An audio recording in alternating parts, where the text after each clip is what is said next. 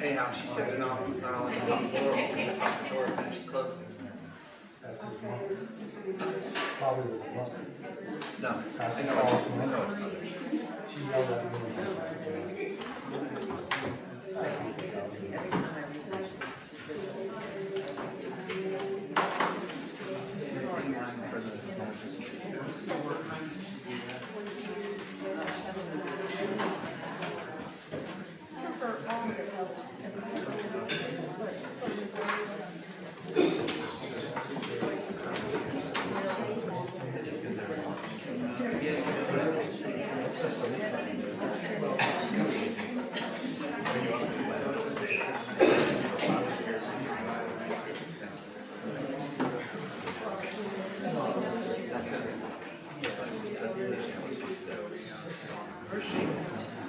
He was at the door when I came in. He's over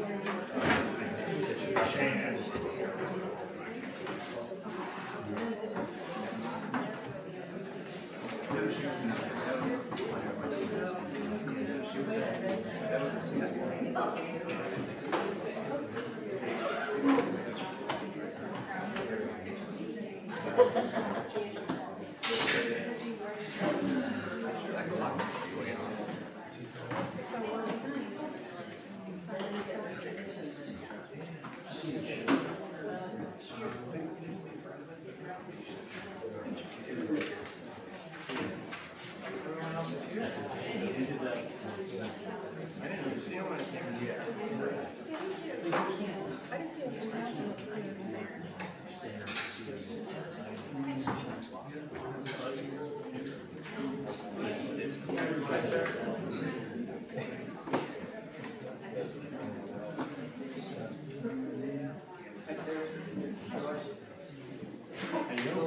I keep seeing your commercial. Do you? Yeah, It's disturbing. I don't know, whatever channels I watch, it's always electric advertising or something. You're in it. It's not disturbing, it makes me smile. I don't know why they put a chubby guy. You have a genuine smile. What? You have a genuine smile. I do not. It is completely fake. I'm faking it right now. Oh, are you smiling? It's a fake That was smile. good. That was It's not a real smile.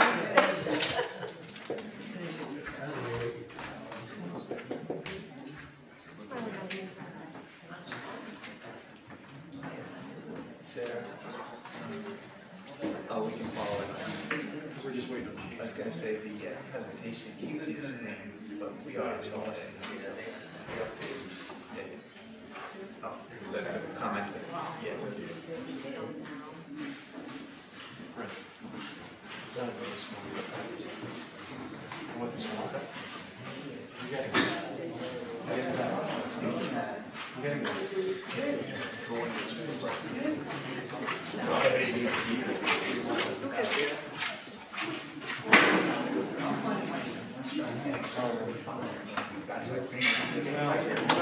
It's about as best as the one up here.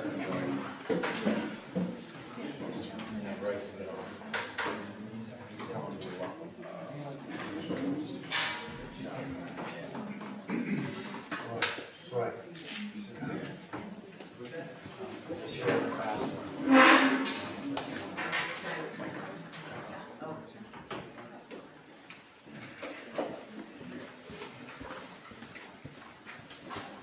Everyone ready?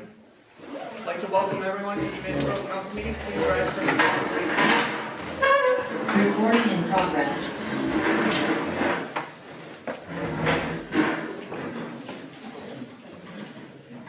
I pledge allegiance to the flag of the United States of America and to the republic for which it stands, one nation, under God, indivisible, with liberty and justice for all. At this time, we'll have public appeals part 1. That's where you have an opportunity to make your appeal. State your name, your address. You have 5 minutes for your appeal.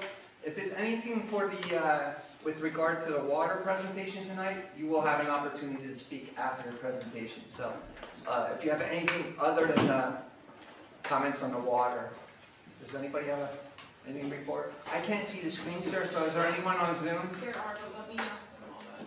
So at this time, if we have any Zoom guests that would like to make a public appeal, you will have to unmute yourself, and if you're able to bring your video up and just state your name and where you're from and what your appeal is. At this time, it would be the time to speak up if you have anything. Anybody?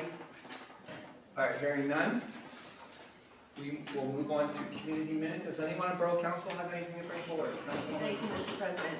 Just a reminder that Emmaus Farmers Market opening day is on Sunday. It is a celebration of their 20th anniversary as well. So they'll be held each Sunday from now until November from 10 a.m. until 1 p.m. So just congratulations to the Farmers Market. Here's to a great season. I was at the very first one. Unfortunately, I won't be able to make it this Sunday, but it is 20 years of success, that's for sure. Anyone else with a community minute to bring forward? All right, hearing none, that leads us to a special presentation tonight on our water system. It's going to be given by Garrett Fleming, and Mike will be presenting for us. So he's going to explain different options and what they entail, and then council will ask questions, and then we'll open it up to the public for questions or comments. Yes, thanks for everybody for having us here tonight. This is a highly anticipated topic. I wish we were here presenting a new community park or something everybody could get excited about, but recognize the importance of this issue, right? So I'm Mike Brown. I'm a vice president of Gannett Plumbing. We're based out of the Harrisburg area. And I've got Laura Kaplan here with me tonight too. We've done a lot of work in the Lehigh Valley, a lot of work on this topic, PFAS. This is a very common issue in the water industry right now. You're not alone, unfortunately, in terms of the challenges that you're facing. I've been with Gannett for about 20 plus years. My background especially is kind of on the water distribution side, how you get the water from your treatment facilities, your source, out to your homes. Let me pause to say, everybody hear me in the back? Just want to make sure I'm okay. And Lori here, she's our treatment expert. She's the one who basically, how you get the water safe to drink it once it basically leaves your supply. So again, I think everybody's aware of the topic at hand, right? So we're here to basically, we've been working with the borough on a study, looking at different options in terms of how to address your needs. So, again, challenge at hand, you're faced with an issue with your water supply that you need to find an alternative to address. A little background, just, for everybody to make sure you're familiar with the water system. You're currently provided a supply by 5 wells, all located within the borough. Again, PFAS is the issue at hand. There's an existing regulation in place. 2 of your wells, far exceeded the existing regulation. We knew regulations were coming just within the past month or so here. EPA, Environmental Protection Agency, on the federal level, released proposed regulations that are going to be implemented on the state level. Highly anticipated that they're going to be passed through as proposed.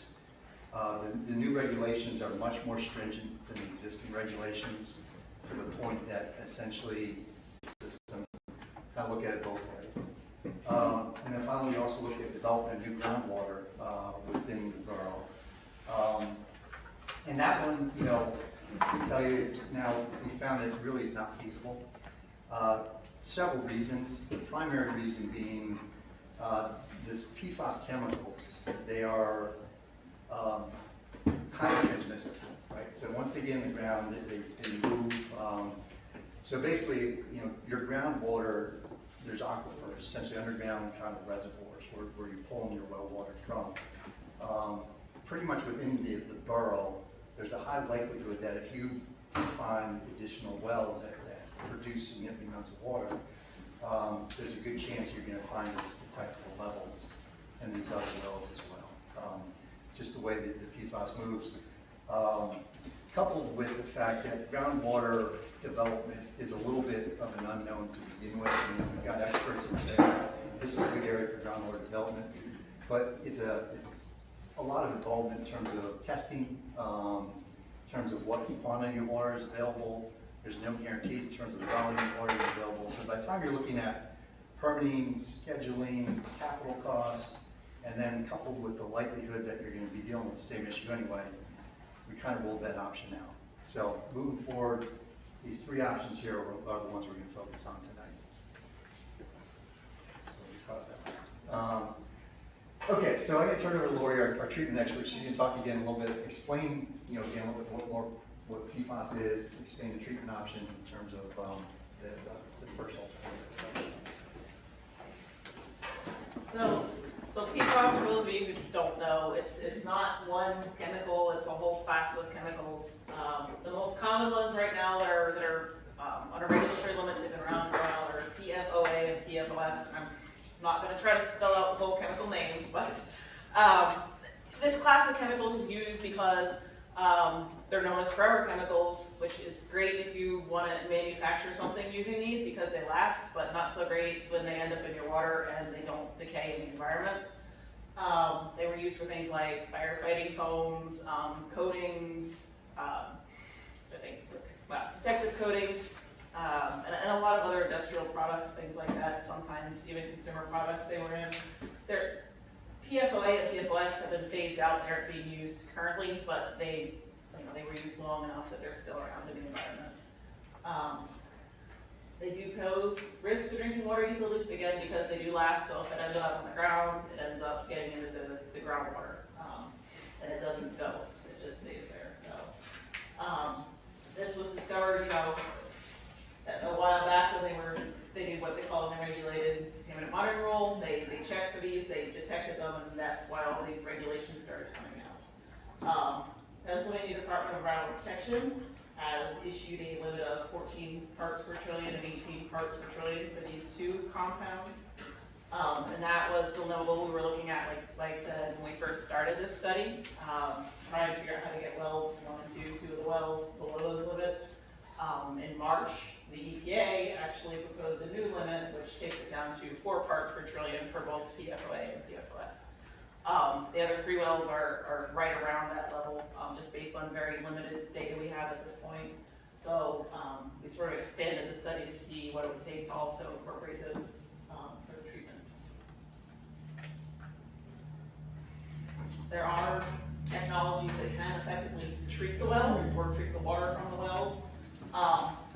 The ones that are commonly used and are good for the concentrations typically found in groundwater, there's granular activated carbon and ion exchangers. They both operate in similar ways. They basically absorb these compounds out of the water passes through, and the PFAS contaminants stay on that material. Again, as Mike already pointed out, wells 1 and 2 are the immediate concern because those are the higher concentrations that are above the current Pennsylvania limits. 3 other wells 4, 6, and 7, based on very limited data that we have so far on PFAS levels there, it looks like they will also need treatment once the EPA rules are formally done. Right now, they're only proposed rules, so they're expecting to formalize those at the end of the year. So the treatment process to go fully from planning stages through the design process, and then the construction process and permitting. Standard would take about 2 to 2.5 years to get that fully implemented, just to go through that whole process.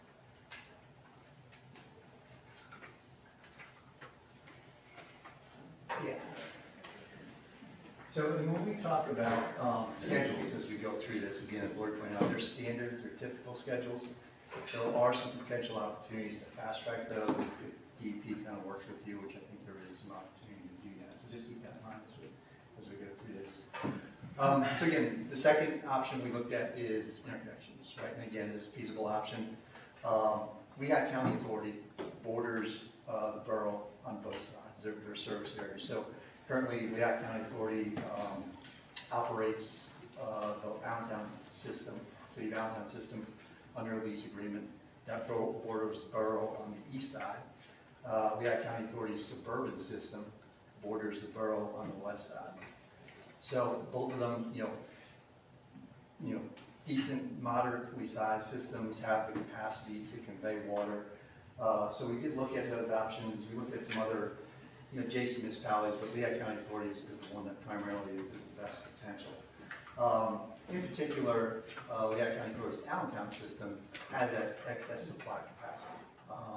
Suburban system, has supply capacity. They're looking at enhancing their, backup supply capacity. So the best opportunity for interconnections with the borough is to take water from the city of Allentown. So we did look at kind of what that would look like in terms of, again, so we don't have, I didn't bring them out, but basically the borough system is currently, less than a mile away from the city of Allentown's water system. So you would need some improvements, basically just to connect the two systems. Improvements essentially entail pipelines, just constructing a pipeline to tie the two systems together. You would need a pump station basically to kind of push the water from the city to the borough to maintain your current service levels. And then also the borough's existing system is essentially sized and operated to accommodate flow from all these 5 wells, which are kind of scattered throughout your existing system throughout the borough. Whereas if you're taking water from one point, that kind of stresses the system. That's kind of the point of connection there. So you'd also need some improvements within your system. So again, feasible, the supply's there, but it does entail, a fairly significant amount of pipeline improvements, capital improvements, and a pump station to make that work. Schedule-wise, again, typical about 1.5 to 2 years between the point of today going through design, construction until you're operational. Again, likely some potential to fast track a bit if DEP works with you on that. Okay, and then again, the third option we look at is this hybrid approach. Okay, as we talked about, wells 4, 6, and 7 currently are just barely above the proposed regulation, the proposed limit. And we'll talk about costs here in a minute, which I'm sure a lot of you are kind of very interested. But essentially, with the treatment component, you're dealing with 2 costs. You're dealing with the upfront cost of the equipment, and you're dealing with the maintenance and the operating costs.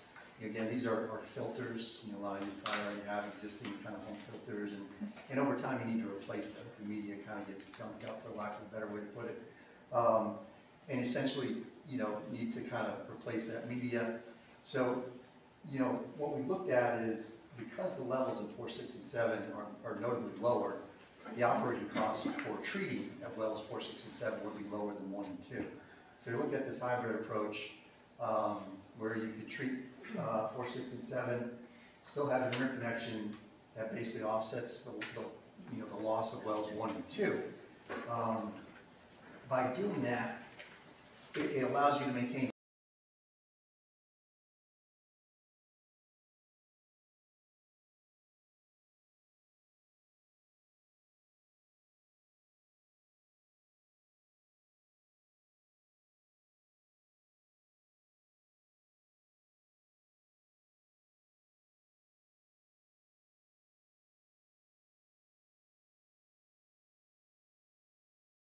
your supply below these proposed regulations, existing proposed regulations.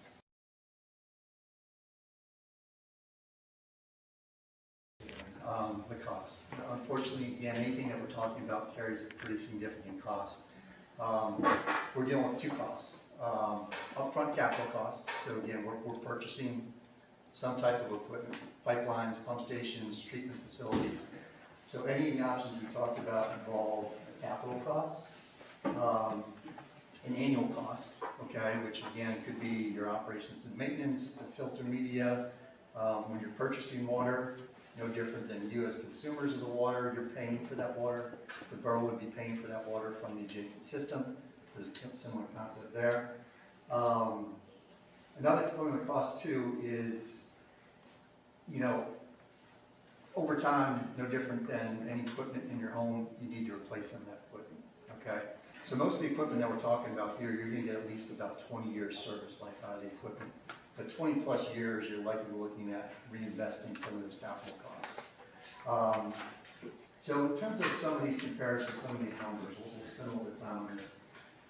what we tried to do, so this is a column out here, 20-year present work cost. So we tried to basically take those annual costs, bring it back to a present value cost. If you add in those annual costs over time, coupled with the capital cost, to provide some sort of normalized comparison of each of these alternatives. What we'll see, a couple points to make here. The bulk purchase option, and I apologize if my back is turning to the bulk purchase option is likely the cheapest upfront capital cost. So in terms of the dollars that come out of the gross pocket, this year, next year, whatever that happens, the bulk purchase option is likely the cheapest in terms of the equipment that you purchase. Treatment of all wells kind of comes in the middle. This hybrid option is the highest in terms of capital costs.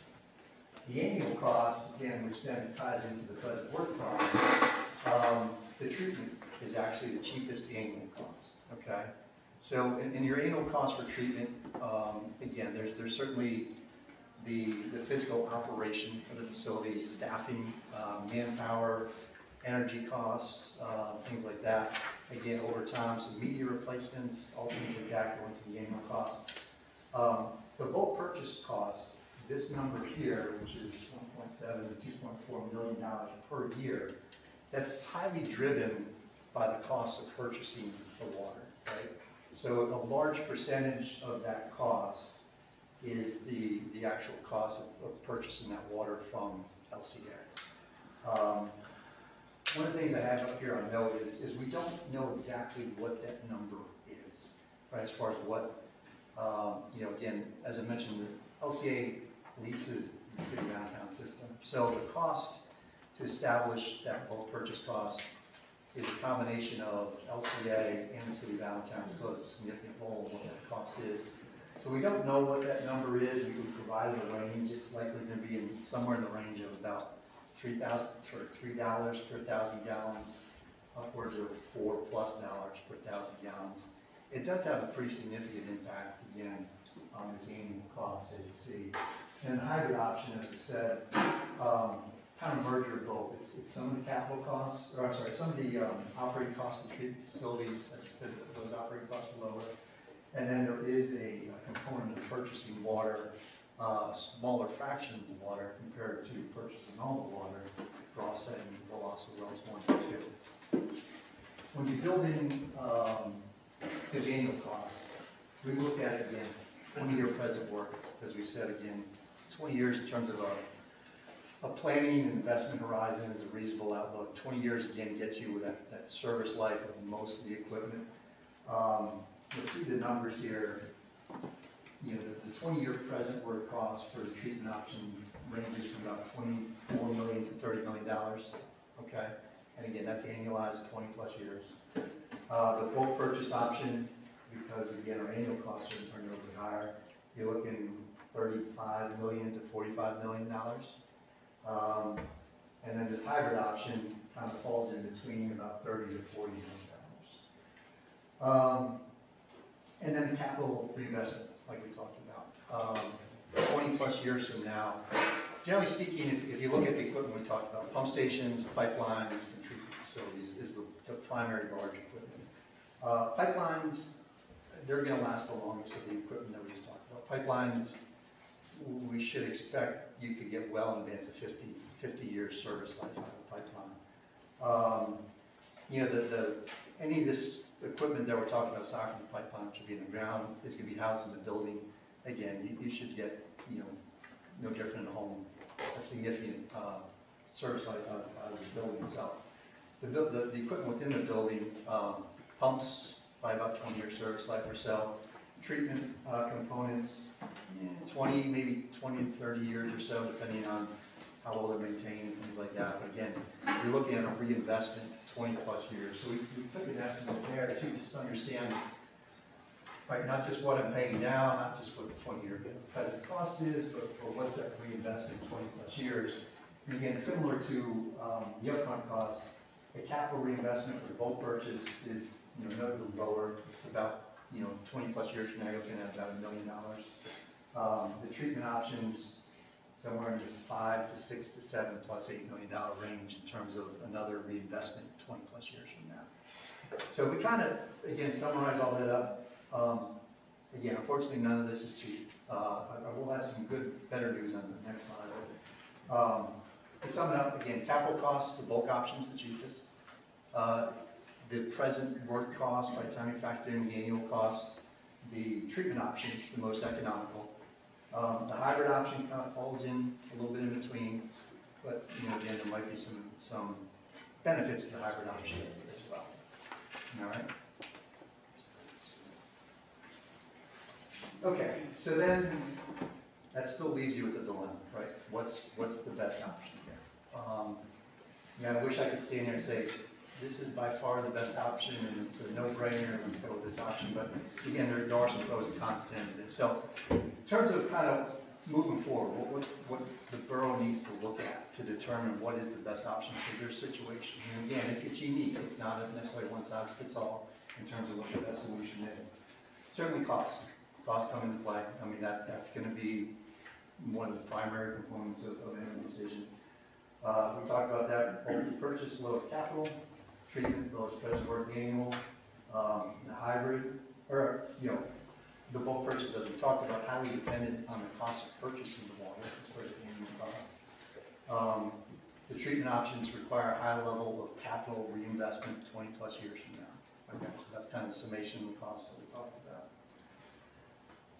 Here's, you know, this is a lot of bad news to this point, right? But the good news is a lot of the recent federal funding programs, there is money specifically dedicated to PFAS related issues.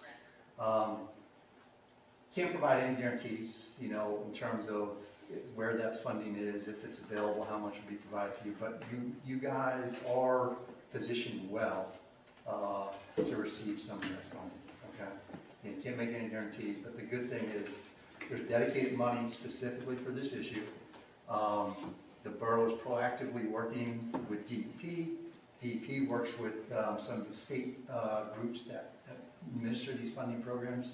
You're already high on the radar in terms of this project, the potential funding opportunities. So I do think that there's a really good opportunity to take advantage of some of that funding to offset those costs. And something to point out, you know, again, we talked a lot about annual costs versus capital costs. These funding programs that we're talking about do cover capital costs only, right? So that doesn't cover the annual cost. So it's something to consider in terms of, again, the different costs that we looked at. If you do have funding opportunities, they cover the capital costs. And the other thing to point out, it's a PFAS issue regardless of the approach to address it. It's all eligible for those funding opportunities. So whether you actually treat the water versus purchase from somebody else, either of them are you know, potential options for this funding that's out there. The other things that you need to consider are, again, more softer side things that, again, are unique to the borough, right? So one is control your existing supply.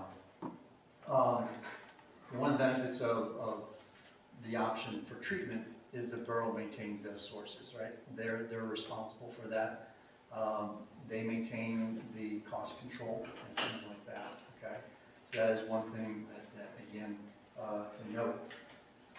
You can also look at that as a negative too, right? You know, again, the treatment that we're talking about is more advanced than the treatment facilities that you have in place now. It does require higher manpower. You know, like it or not, these regulations that are coming out are going to continue, right? So we don't know 10 years from now, 5 years from now, 15 years from now, what the next PFAS might be. So again, by maintaining your existing supplies, the borough is then responsible for treating whatever the next, you know, regulation that comes up is. The adjacent systems are a little bit larger, able to kind of manage some of these things that come up a little bit easier. So, you know, the staffing and maintenance needs for the bulk purchase option are lower. You know, you don't have to deal with that ongoing maintenance. There's still certainly maintenance of the pump station, the pipelines, things like that, but it's not quite as intensive. And then again, just to point out, you know, reliability of your supply, backup components, as you're dealing with now, again, supply is vulnerable to potential issues, right? The more backup component you have, so that if you do have an issue at one of your wells, or if you go with the interconnection option, you know, having some sort of backup to address that is really important. The hybrid option does allow a little bit of both, right? It gives you some control over your existing sources. Again, if you do have an issue with your existing supplies, you have the interconnection as an option, and vice versa, the interconnection, that's an issue, you do have existing wells. So again, there are some advantages and disadvantages of each of them. We talked about the costs. Again, unfortunately, it's not an easy answer as far as what the best option is. I guess the good part, although it's costly, you do have feasible options to address it. And again, optimistically, there should be some funding opportunities to help you address it as well. So I think that's the what we wanted to present. Obviously, you know, we're very open to questions. I know that, again, this is a highly interested topic. You know, we tried to, again, provide at a high level, just the key points here, but if anybody has any questions, we'd certainly welcome those. And I'm not sure how you guys want to handle the question component.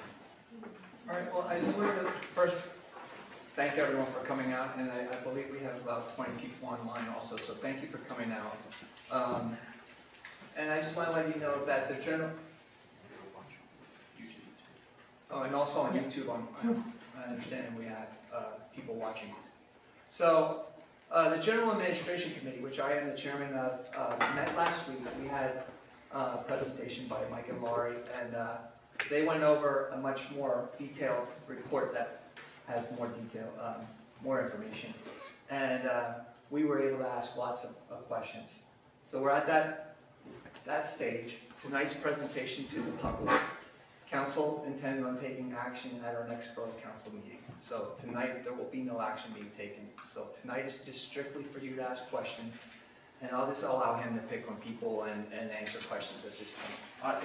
If you could please, State announce your name and your street address. Do we have a sign sheet somewhere? We do, but I'm sure that. Oh, it's in the back table. If on the way out, if you could sign your name, if you speak, your name and your address, that's just so we have it for the record. Are we gonna do the room first and then Zoom, because I have some people raising their hands.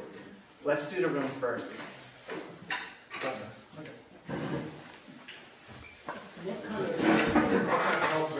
Sir, can you give us your name and address? Name's Barnett, 425 North Second Street. What health risk are we being exposed to right now? Does this PFAS cause cancer? And also, with the neighboring townships, like Milford or Lower Country, would they have the same problem that would share the cost? I mean, the water and aquifer probably covers both of those areas, I would assume. Good question. So I'll kind of touch on the second one because it's easier to address first, right? In terms of so again, we specifically were focused on Lehigh County Authority, City of Downtown for the best option for potential interconnection. Certainly, again, they're subject to the same regulations. Preliminary data shows that they're actually in pretty good shape. They've got multiple sources. PFAS, it tends to impact groundwater sources significantly more than surface water sources. LCA relies on surface water sources as well as a couple of springs. Again, preliminary data shows that one of the springs may be slightly elevated, but again, with their different sources, they're positioned well to address it. Again, ultimately, they're responsible for addressing those chemicals no different than you guys. So if they do exceed, they would be responsible for treating it no different than you. But again, as far as preliminary data suggests that they're in a pretty good position to see that. Now, again, it's largely because they're not necessarily relying on water sources. Okay. So there's no sharing cost with them or getting water supplies from them? I can't speak to that. You know, again, in terms of when we talk about that range of costs, right?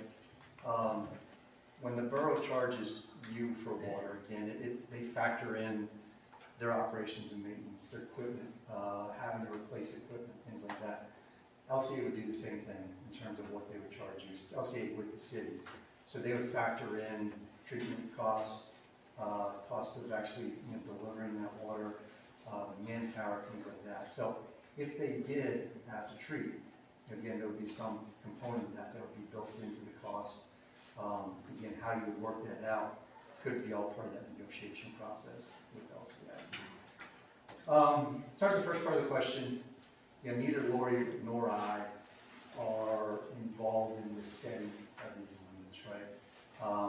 EPA as basically scientists, engineers, a whole committee that studies the health effects of these chemicals, and that's how they base the limits. Okay, so again, they set that limit based on studies that show this is where they want to be as far as the goal. Again, that's kind of where they're saying that the health risk is set. These chemicals, again, have been around for a long time. This is a new issue that surfaced in terms of the detection of the chemicals, the awareness of these chemicals, okay? So again, it has been, it's not like this is all of a sudden new. The regulation is new. The need to treat it is new. Do you have anything out in terms of, again, the health effects that we said? We're on the back end of this in terms of not what the limits are, not what the health effects are, but how do you deal with it? What health effects is DEP worried about? Does it cause cancer? Does stuff cause cancer? So there's been a variety of them. I mean, the one that I do recall is cancer, and I forget which specific kind of cancer they saw increased risk of, and I believe there were also some other additional risks that were more associated with like children, because obviously they're a little more sensitive. I have to go back and review exactly what the other specific issues were. And the thing to point out, when they set these regulations too, again, they've already targeted the manufacturing component of it. Like I said, Lori pointed out, non-stick cookware is one of the common uses of these chemicals in the past. So when they set these health limits, again, they're looking at a wide variety of environmental factors.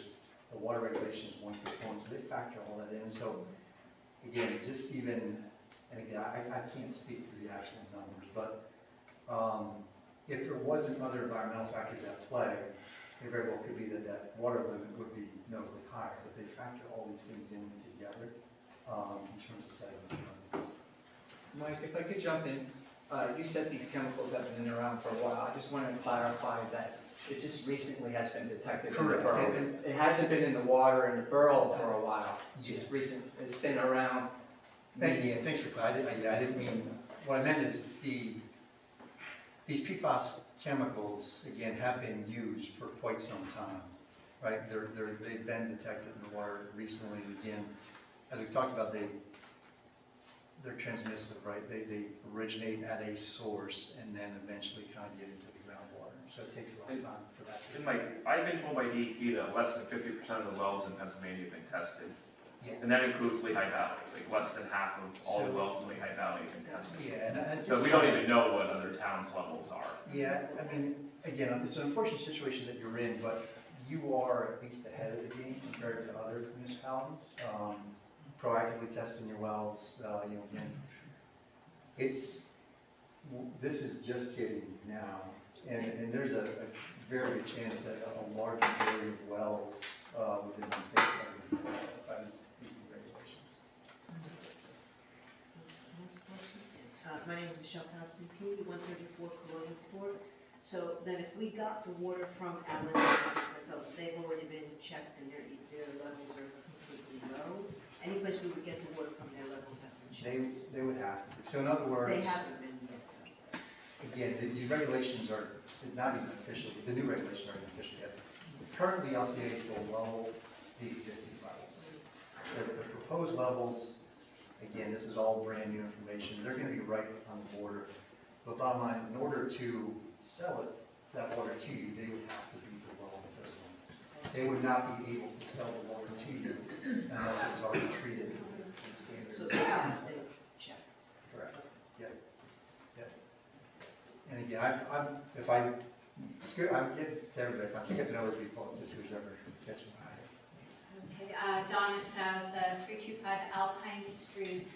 Just to build off of your question, So if Allentown discovers next year that they have an issue with it, we've got another 2.5 years worth of their development to fix that problem. That's got to be considered in the option we choose. I think it's a valid comment. Again, no different than the borough and pretty much any system that's being proactive right now. They're testing their existing sources to figure out what they're going to have to do. So the time limit would be similar. Again, from what we've seen initial data-wise, they're well positioned to address that.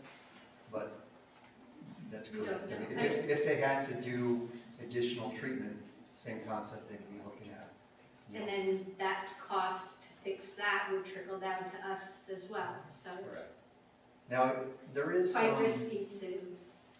Yeah, I mean, and again, there's some economies of scale with treatment, okay? So, again, the borough, smaller systems are impacted the most by these types of regulations, just because the cost of treatment, per gallon is higher, okay?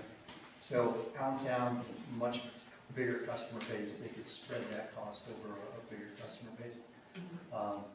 So there is some economy scale to consider as well. But otherwise, what you're saying now. And that we discovered it recently in our water. Had we tested before that and it was not in there? Correct. So it could show up in Allentown Correct. 3 years from now. Yep. Okay. It's I just want to know. any source, like I said, these chemicals, they move, right? So any source throughout the state is subject to eventually, it could be below, and no different than in your, we talked about wells 4, 6, and 7 being low right now. How can you say they could be higher in the future? What rate? Yeah, Nora Goldstein, 411 Barrett Road. Couple of things, you mentioned that the PFO and PFOS are no longer in use. Those are the longer chain compounds. Shorter chain compounds are, and we're exposed to PFAS from all kinds of sources. Absolutely. And one of the challenges with this issue coming to the fore now is it's almost in advance of best available control technologies to really know how you treat. There's a lot of unknown. So my question is, how much research has been done with the proposed technology for treatment?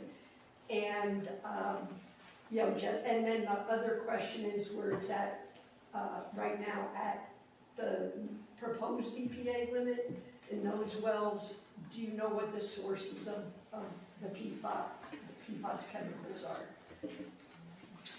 Yeah, I can't address the sources, but I can say that in terms of research for the treatment technologies, the two we mentioned, GAC in particular has been researched significantly, and ever since this issue has been addressed, the past maybe 5 years or so, those systems that identified PFAS early on have implemented that, and it's been, so they've been in operation, they've been working effectively at various concentrations, removing it effectively. The resin is a little newer, but again, that's been adopted at several water systems in operation. Like New York, New Jersey, it passed regulations a little earlier than Pennsylvania, so they've been implemented and tested, and again, those are effective, and we know they're effective. In terms of, at least for PFOA and PFOS, I think there's about 8 that are more widely known and established and monitored currently. As I mentioned, there's a lot of these that have not been as well researched. So, it's a building case of research. They are definitely, EPA is still moving on research with some of these other classes of the PFAS chemicals. Jenny, do you want to address the source part, or? So, two of the wells are near creeks. And we get a lot of water from underground springs around the creeks. We don't know what the levels in the creeks are, but I wouldn't be surprised if the creek water doesn't test positive for PFAS. sure, I mean, it sounds like you've done your research, so I'm sure you've read the study on freshwater fish and the high level of PFAS in freshwater fish coming from the rainwater into the creeks. So, so two of the wells are very low levels. I mean, as Mike had said, we've tested them twice. The same well tested 0 the second time we tested it, but it tested at, I think it was rated 4 or 5 the first time we tested it. So, so we're not exactly sure where those are coming from. They're in single digits, which doesn't make you feel any better because they're still detectable levels, but it's not like well 1 and 2 where we know where those sources are from. Thank you. Alice Fortunato, 231 North 7th Street.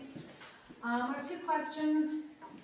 So, are you sort of not leaning towards the first option, the treatment option, because there's some insecurity or uncertainty about the success if we went that option of treating? I wouldn't say that. I think that, again, the technologies have been researched. We're pretty confident that they will address the proposed limits, right? The point I brought up before is that these regulations are ever evolving, right? We don't know what the next regulation is 5 years from now, 10 years from now. It may require some other form of treatment. But in terms of the issue that you're dealing with now, we're comfortable that the technology would address the... Okay, because it's by far the cheaper option and we would have more control, so that's why I was wondering that. Just my second question is, do we know, is there a map of where each well is? I haven't seen that. There is? Is that on the Borough website? Add that to our PowerPoint, but... Yeah, I mean, I can give you kind of a quick, so the two wells that are highly contaminated are right off of Clients Lane, out by the fire training grounds. So those wells are right near each other.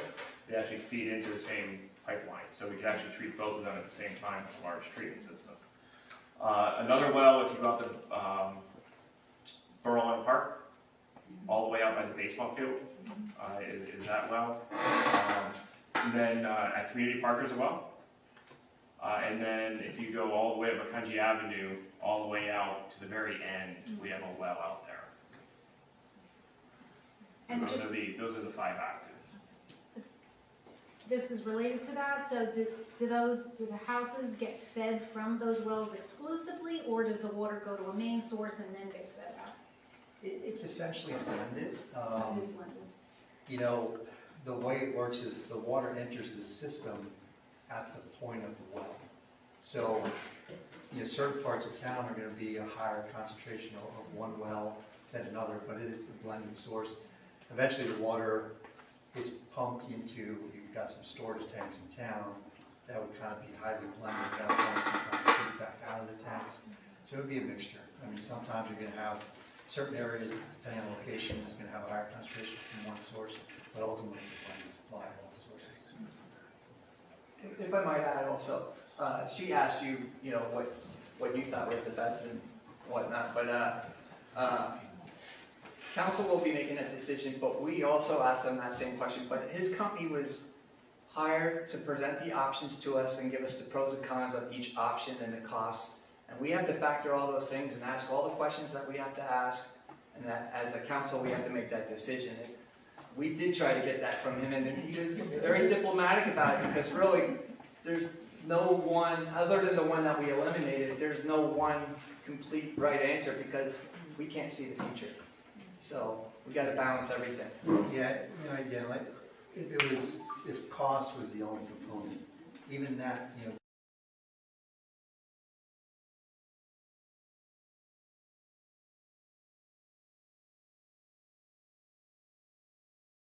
ones are covered by funding, right? So maybe that weighs a little bit more, that the upfront capital isn't as large because there's potentially coming up things there. But the softer stuff is the stuff that we as kind of engineers, I wish I was able to dissect and say, hey, this is the best answer, but the reality is the softer stuff in terms of predicting what the future regulations are, the borough's capability to handle those future regulations, the staffing component, being able to maintain your own wells. That's the stuff that, again, is specific, I think, to the borough, which is why, unfortunately, I can come here and say this is without a doubt the best option. You mentioned that foam used in firefighting could be one source of this. I recall not long ago, there was a concern about this down, I think, by Hatboro, in Oak Grove Naval Air Station from the old days.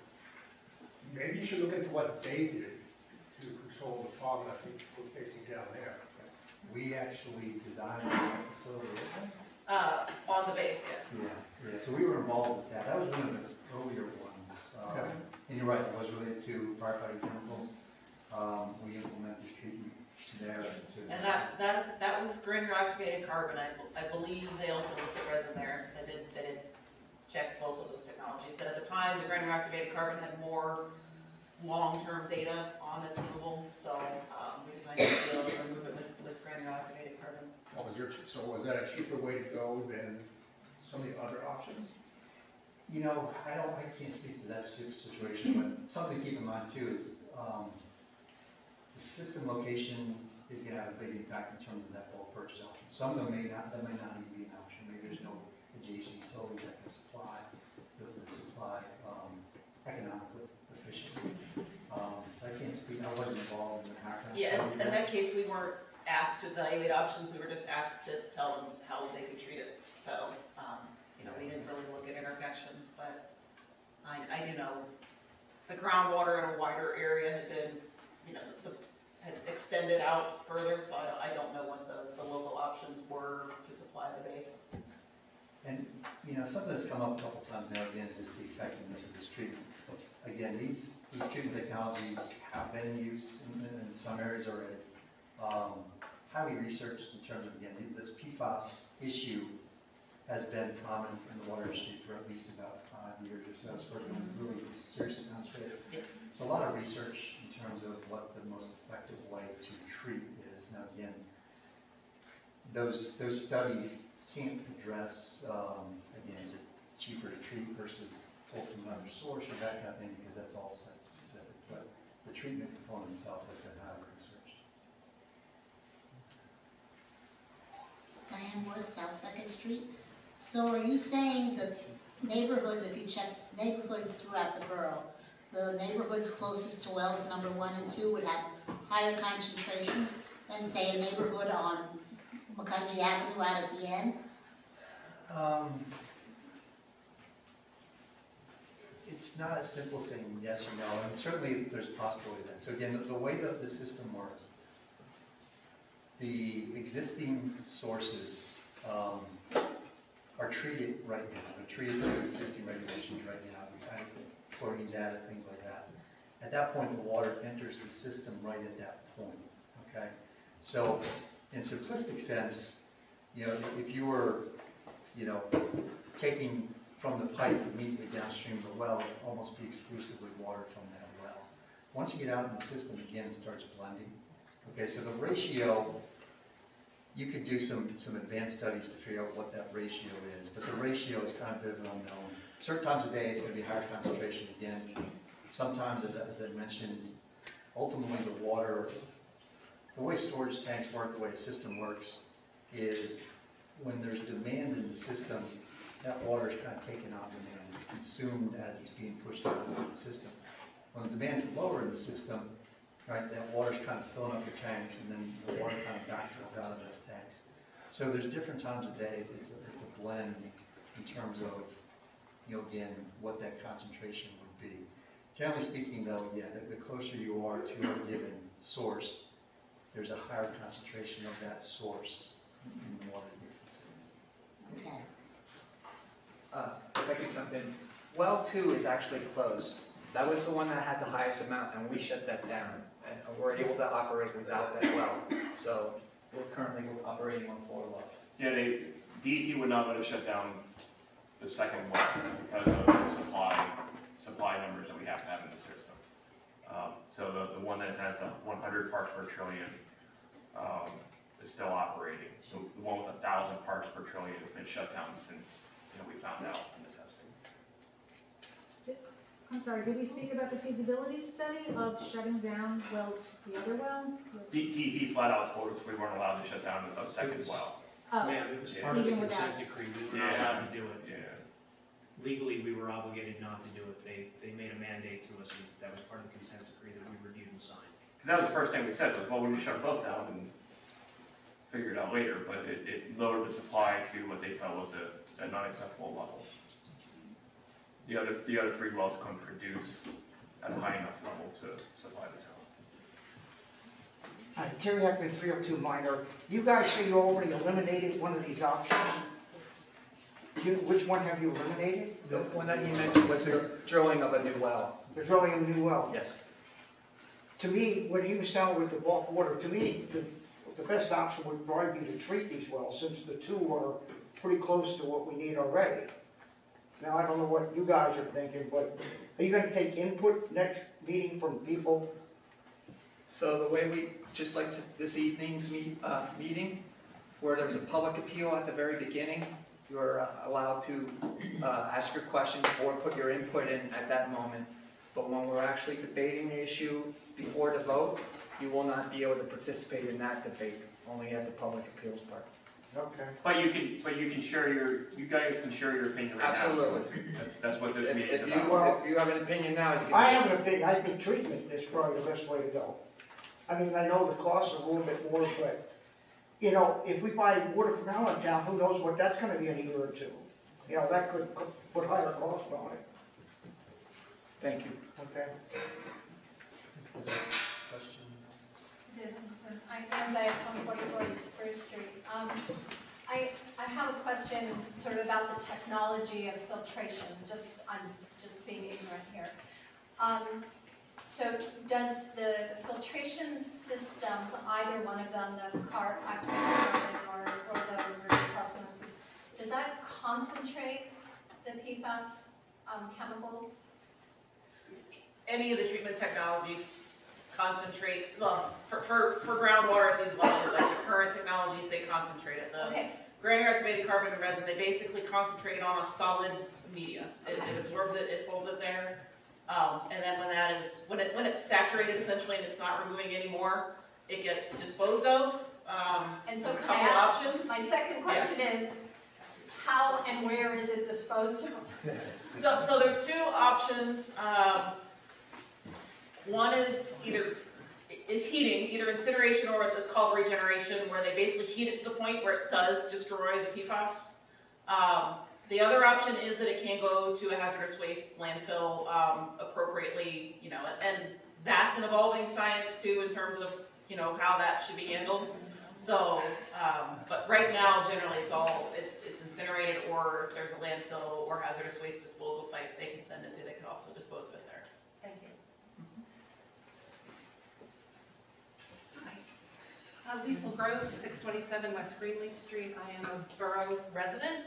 I'm also the Chief Executive Officer for Lehigh County Authority. I'm not here to make a presentation, I'm really here to listen. I'm a resident of the borough, very interested in what's going on.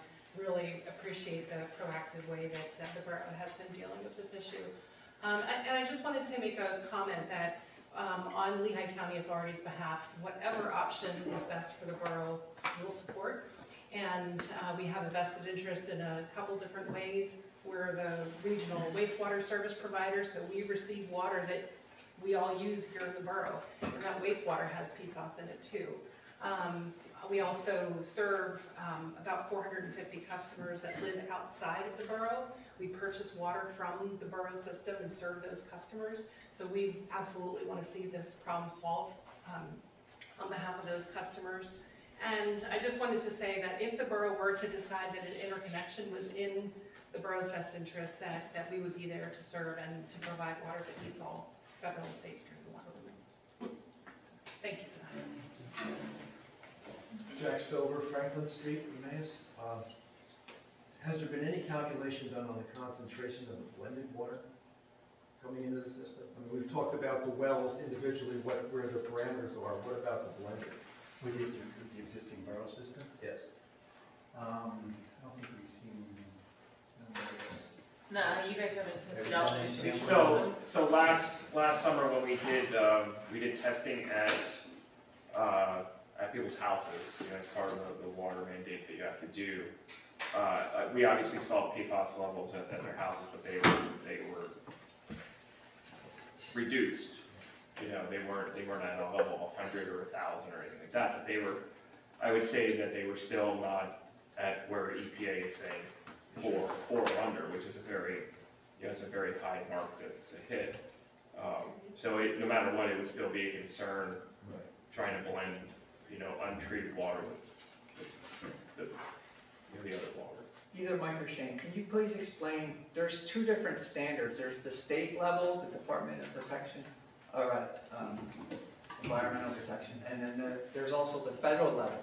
And the state level is actually higher than the federal level that just came out. If we could just explain that, because you might have heard a couple times what we referred to, we were meeting the standards and then we weren't. That's because one's a state standard and one's a federal standard. So maybe you could address the numbers for those. Yeah, so DEP itself is a lot of adopt regulations, and then at the federal level, they often set maximum contaminant levels that have been pushed down that the states have to adopt. So again, this PFAS issue has been, aware of the water industry for years. Various states went ahead and started setting levels. DEP went ahead and did that, and then again, just within the past month, EPA set this regulation that would be pushed out nationally that the states will have to adopt. Yeah, and the changing regulations are really a factor of changing science. As more research has been done, they've better established at what levels they cause health effects, and that's why these limits keep coming down. Pennsylvania set its regs a little earlier, and they used the best science at the time to set those, and then the federal, more research was done, and the federal government set lower levels, is where that comes from. Yeah, and so, for the last year and a half, we've been looking at 2 wells and concentrating all of our efforts on 2 wells, and the price tag would have been less than a third of this until March. When EPA said, no, the bar isn't 14 parts per trillion, the bar is 4 parts per trillion. Because our other wells were definitely under the 14, but that quickly turned us into, oh geez, we need to look at these other 3 wells. We need to examine those in the study. We need to get better data too. We just tested again the other day, maybe a couple weeks before we get those results on all the wells. But we need to focus on those just as much. And each source has to be below the EPA level. Yes. Not everywhere it enters, yeah. So now, we talked about City of Allentown. All their sources are treated at the same spot. So at that point, they could establish, well, this hasn't been said yet. There's a likelihood potential that the contaminant level is going to be whatever enters the system, right? But if each source enters separately as your system, then each one has to. And again, the timing of the regulations, it was a challenge for us because we were 95% done with this study when this came out, so we had to go back. But it's also good timing for you. I mean, if you're going to address it, you might as well address this now. As we talked about, hopefully there's funding opportunities that could apply to all 5 wells, as opposed to kind of going down the road of addressing 1 or 2, and then ultimately a year from now have to do it anyway for those wells. Anyone else? I just have one more question. So we've hired a consultant firm to get us the information and the data. Is it ever in the budget to hire a consultant firm that could help, that could actually do some decision making about this complicated scientific information? Because we are obviously all lay people and we have a feeling we want to go this way or that way, but we're not, expert at projections. Ma'am, the answer to that is the power vested by the Borough Code actually means Borough Council has to make this decision.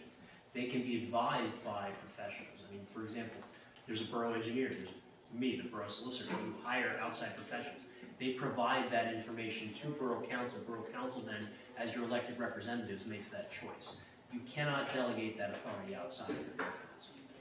But, okay, is this consultant firm, or that they're not giving us any projections or opinion about the decision, they're just simply giving us the data, correct? Correct, because Borough Council has to make that decision. Right, but hiring a consultant firm who could say, this is most likely to happen if we go this route, this is most likely to happen if we go that route. I mean, But they are providing us with that information. So they have a full report that they also that's submitted to it. This is more for public consumption, what's being provided tonight. You're not being given all the data because you've elected representatives to make those decisions for you. Yes, I understand. Is this report on the borough website? We're going to post it tomorrow. It's a 22-page report. Yeah, So, we're going to post That it. was not. in terms of the future, you know, one of the, again, the unknown in terms of the future regulations, right? We are always monitoring what's, and again, this PFAS issue has been brewing for years, so we knew this was coming. You know, there's nothing, I think, that we're aware of that we see as far as an upfront hit in the next few years in terms of the existing, new regulations. I mean, we expect that probably in the next 5 years, there may be more PFAS regulations. Because again, there's a lot of these, they're regulated right now, actually 6 of them. We don't even have concentrations necessarily for all of those in the wells, at least not the data that I've seen. They are doing what they call it, the unregulated contaminant monitoring. They basically have systems go out and monitor for some of these contaminants to see how prevalent they are and what concentrations. I think it's 26 more of those that are being monitored now. So I would expect that more of these are going to end up in regulations in the next, 5 to 10 years. Oh, and our solicitor just mentioned that, in addition to that, the Chevron case that's in front of the Supreme Court right now could also change what can and can't be regulated. So, the Supreme Court seems to be interjecting itself into what environmental regulatory agencies are going to be able to do. So that's going to be another factor, I think, in future years as to what regulations may or may not be. We don't know, a case was just taken up that may actually eliminate the Chevron test, which is something that addresses how administrative agencies like the EPA can make these rulings. If that case is overturned, that will change everything we do. And I see Mr. Stover nodding, who's also an attorney. So it would change things And significantly. Jason, if I could interject, it's because they're not elected officials making the laws versus the lawmakers making the law. It could still become law, but it would have to be passed through a Correct. legislature. It's a hyper-technical legal argument as to whether Congress can delegate its authority to a regulatory body or whether the Congress in and of itself must make the ruling and or the law that would be applicable. So it's kind of the kind of stuff we dealt with in law school in theory as opposed to more practical sense because it's been in place for 45 years. But it was taken up, which means at least 4 justices wanted to review it. I just want to emphasize that this is a really evolving issue, and I work more on the wastewater side of the picture than the water supply. And when EPA proposed these limits, it's really, there's so much unknowns. Their health effects are truly unknown. And what our industry has basically advised and is pushing for is let's not use these. So let's go up the chain to the companies that are continuing to use these and find alternatives. So it's really important as consumers that we let our representatives know that there should be more pressure put on the manufacturers. What you just mentioned with the Chevron case, I mean, that's like all the things that can go topsy-turvy. But it really, I think, given that you're under a consent decree to do something, you're using the best available knowledge, and truly, it is sort of a current, too many unknowns to be super certain. So it's important to be flexible. In terms of the unknowns, again, the biggest unknown is the future regulation addressing where these chemicals originate from, things like that. I mean, we're comfortable, confident in existing technology, existing costs, so we can make that determination and give a solid cost benefit analysis. Again, the unknown, which we could answer, that really nobody can answer, is again 5 years from now, 10 years from now, what the regulation will be. Have you offered an opinion about the projected 3 options, or that's not your role at all?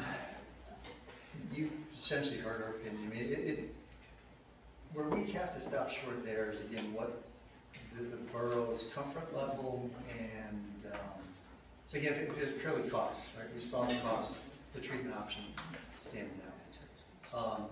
There's other factors that weigh in that we can't really answer for the borough in terms of, again, that control of that source and taking the risk of dealing with future regulations and things like that. So we've offered opinions in terms of, again, these are the facts in terms of what stands out, pros and cons, but we've been unable to basically say, hey, this is your best option.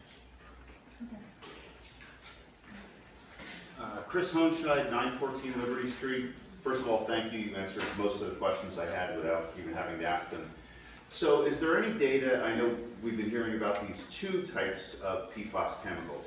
With the treatment option, you mentioned there are roughly 26. Is there any data to show that the current treatment option would also work for the other 24? Or would there then need to be, 2 years, 5 years down the line, a new type of treatment or a new type of filter that would then address the different ones? So the data that I've seen basically shows that these two different adsorbents will remove the PFAS. The difference kind of between them is and you heard her mention the short chain and long chain. They're all very similar, but slight differences usually in just how long they are. And as you get to certain lengths, like some of them will, like the treatment may work for 6 months before you need to replace the media. For some of them, it may last for 2 years. So it's just a matter of how long it will continue to remove it before you need to replace it. And that's very dependent on the blend of all of them together in a particular water source, as well as the background contaminants that also affects how well it absorbs. So it will remove them, but how long it continues to remove them is what we don't know because of the different specifics of individual water sources. Thank you. Yeah, it's Donna again. I just wanted to, you keep pointing out that what's unpredictable is what's going to happen as the result of the law. I would emphasize that what's also unpredictable is the level of health hazard that we have here, and that has to be, we don't always regulate properly, and as a group, as human beings sitting here, I would err on the side of the health of the people in this community. That's all I want to say. It's kind of a Borough Council. Brent, you heard directly from one person what their opinion was. Yeah. So would you consider taking a straw poll of all of us who are here? Sure. All those in favor, there's a lot more information that we reviewed, but you got the gist of it anyway. Before you vote, I would have a question that might answer something. So what is the cost of doing the treatment option? I know it's financially the cheapest, but what's the cost, what's the danger of going with the treatment option versus the infrastructure option? So, again, break down capital costs up front. Treatment of all wells, 15 plus million. Okay. Aside from cost, what's the risk of using the treatment option?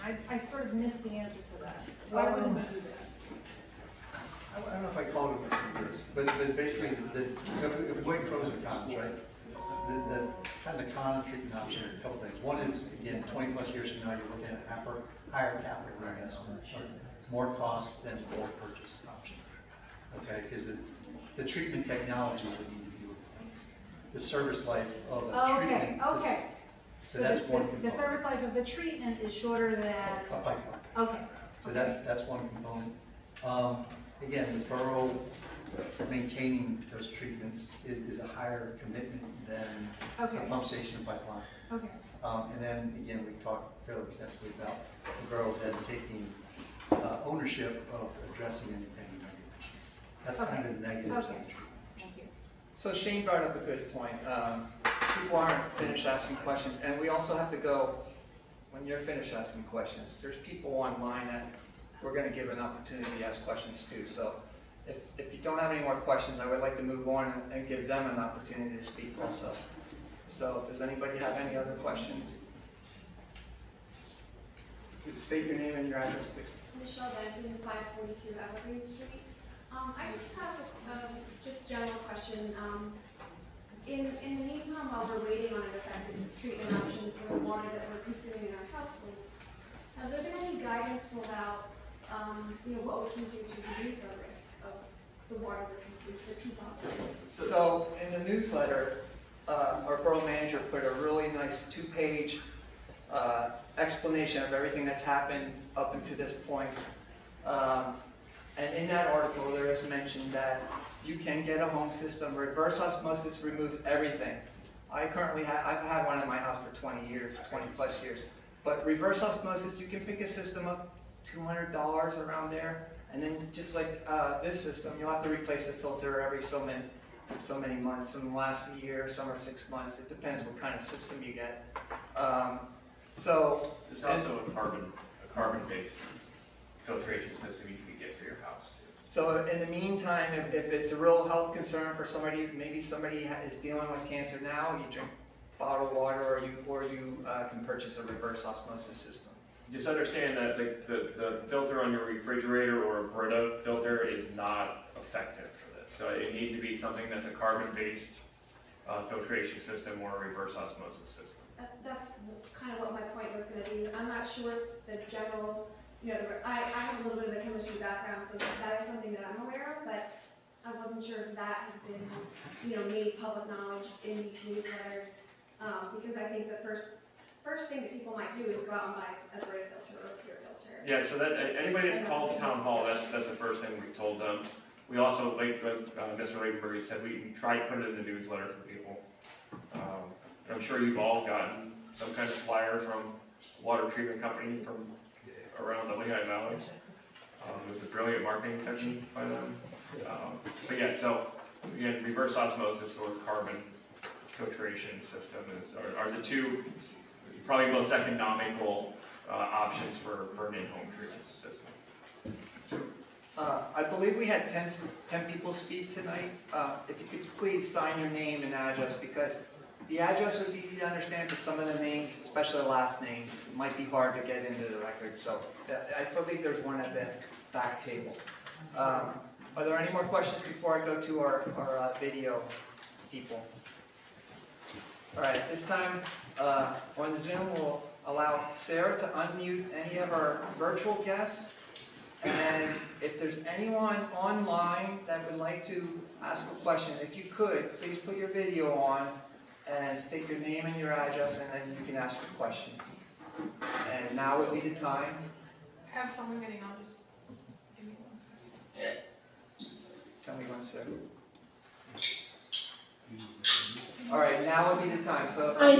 Okay, this is Orpha Kapoor. Can you hear me? Yes.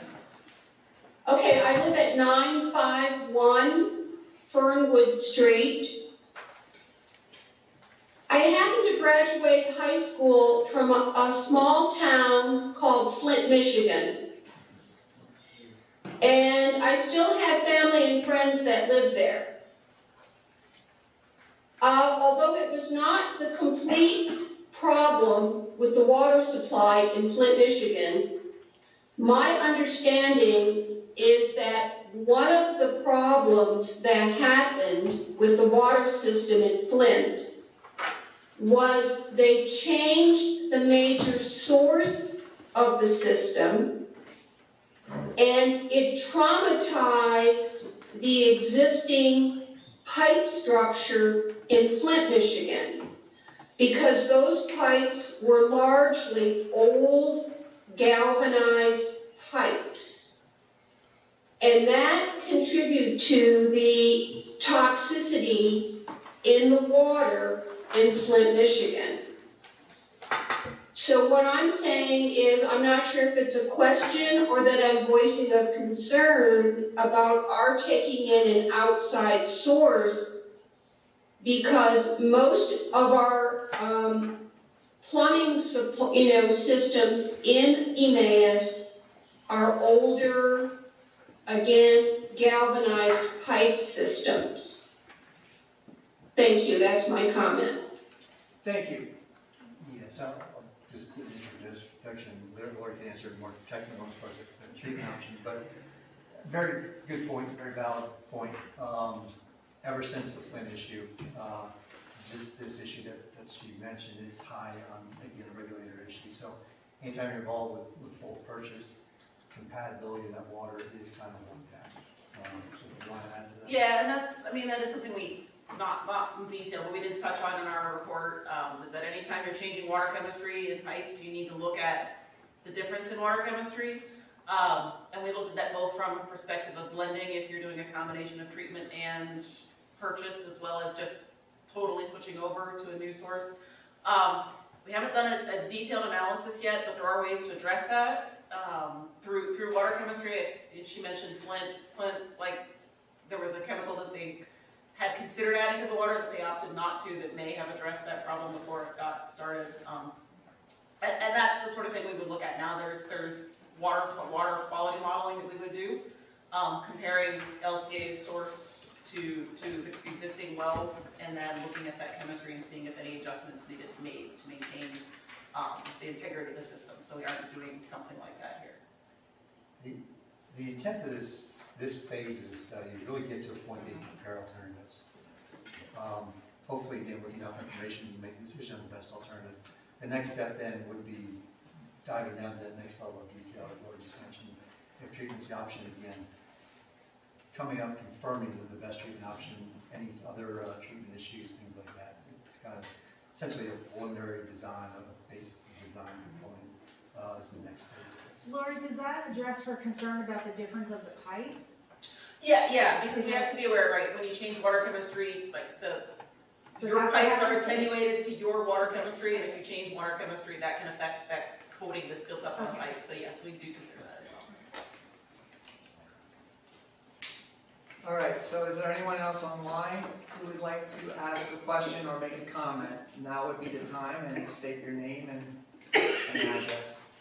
Hello.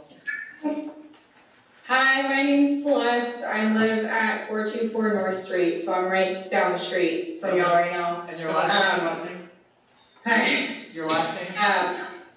I just wanted to say I'm super grateful to everyone for being really proactive on this. I have severe chronic illnesses, and this issue is really important to me. I don't know if I have so much of a question as a comment. I did install a whole house filter in my house. We couldn't afford an RO filter, so I got a carbon filter, and it has helped with the levels, but I want to just say for my piece, I'm all for the treatment of all the wells, and I thought other considerations might be that maybe these filters would help us also with potentially other toxicants that we might not know of yet. I don't know. I'm just throwing that out there, but I want to say thank you to everybody for being proactive on this issue. Thank you, Celeste. Can you state your last name, please? Oh yes, it's Woock, W-O-O-C-K. Thank you, and thank you for your comments. Is there anyone else online who would like to ask a question or make a comment?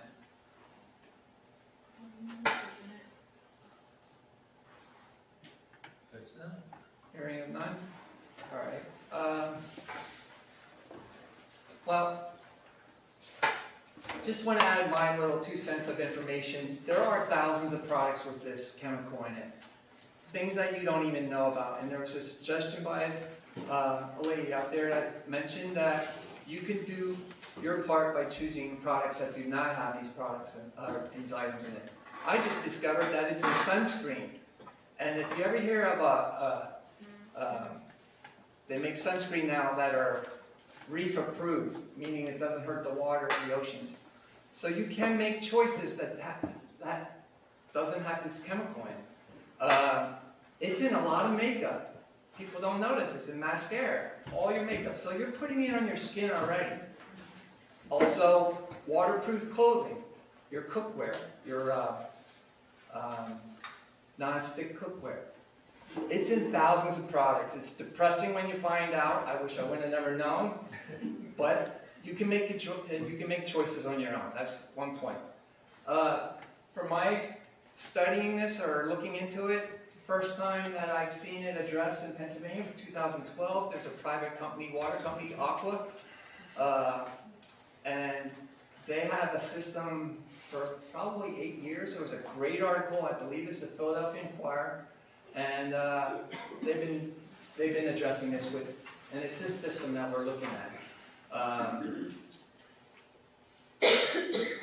There is, I get it in my newsfeed all the time. As you know, when you look at something on your phone, all of a sudden you get everything from that same item that you looked at. So I get all these news feeds on technology that colleges all over the world, Canada, down in Australia.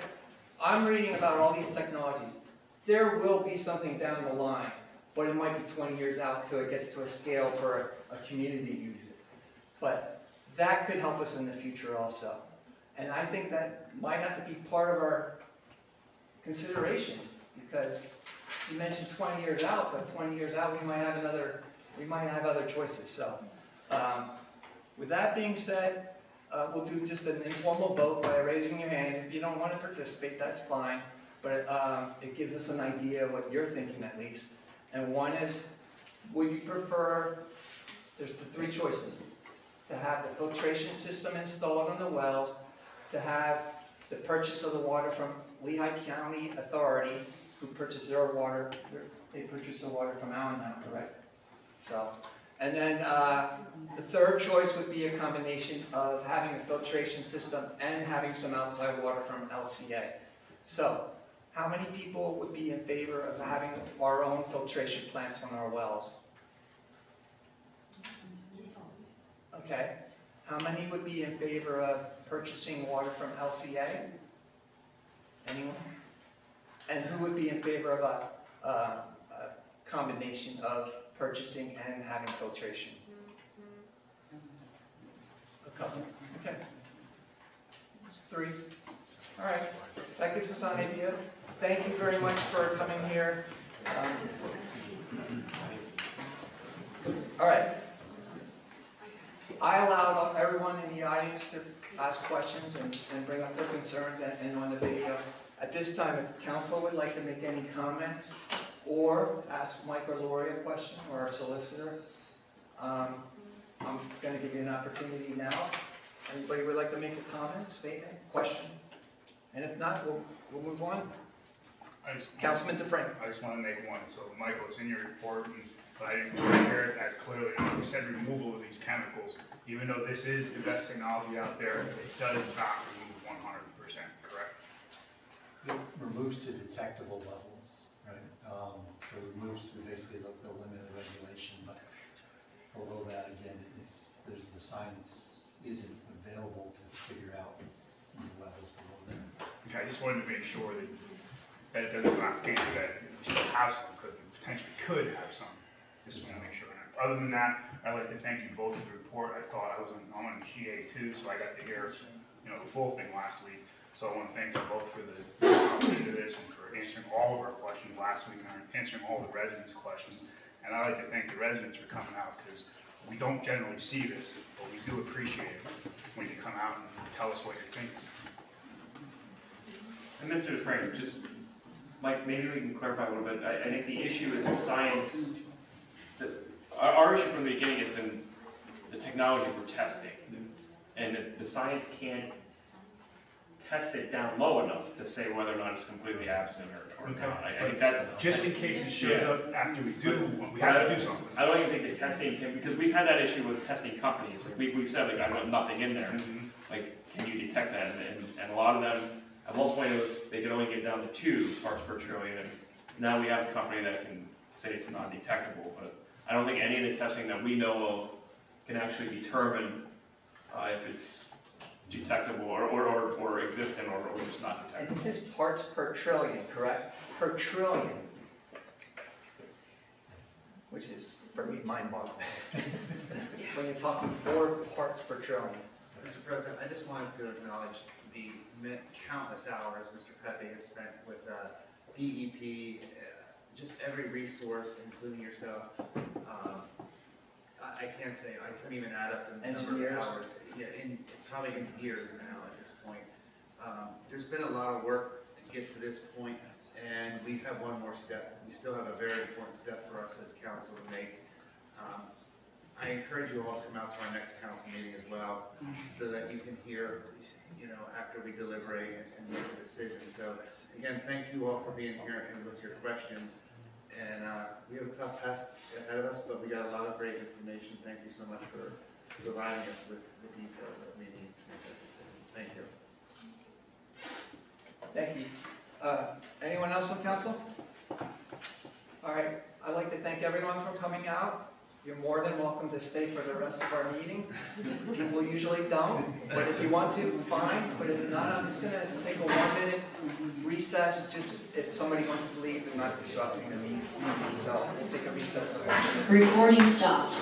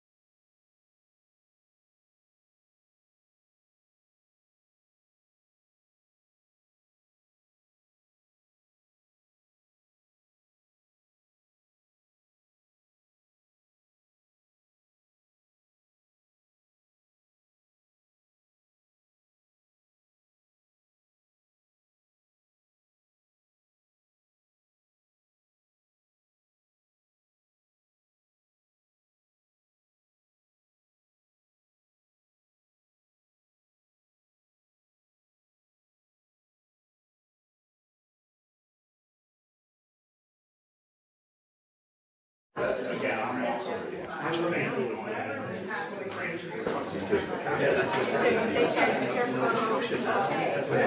Success? Oh, yeah. How many people? About 100. 100 people on YouTube. I don't know how many on there. 100 people on YouTube. He's going to have to buy mostly just for the bigger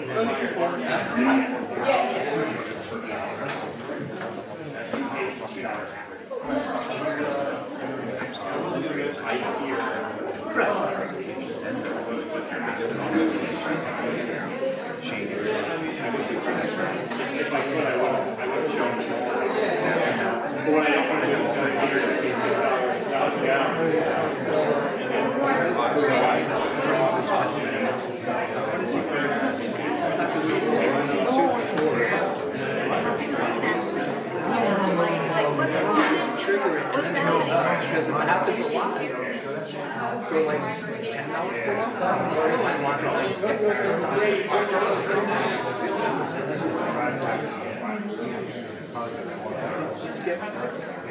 Well, that's not even new construction.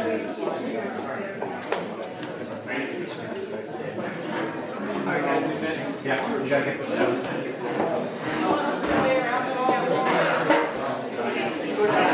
Jack, take care. Go down. Hey, thank you guys did your job.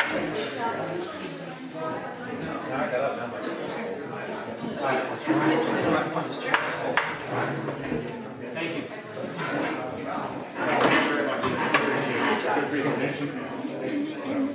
You'll be here as when we're debating, or? Yeah, I mean, you can probably.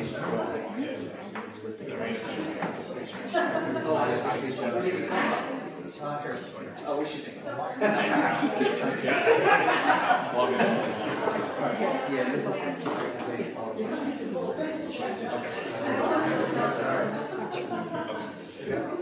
Thank you. Well done. Thank you.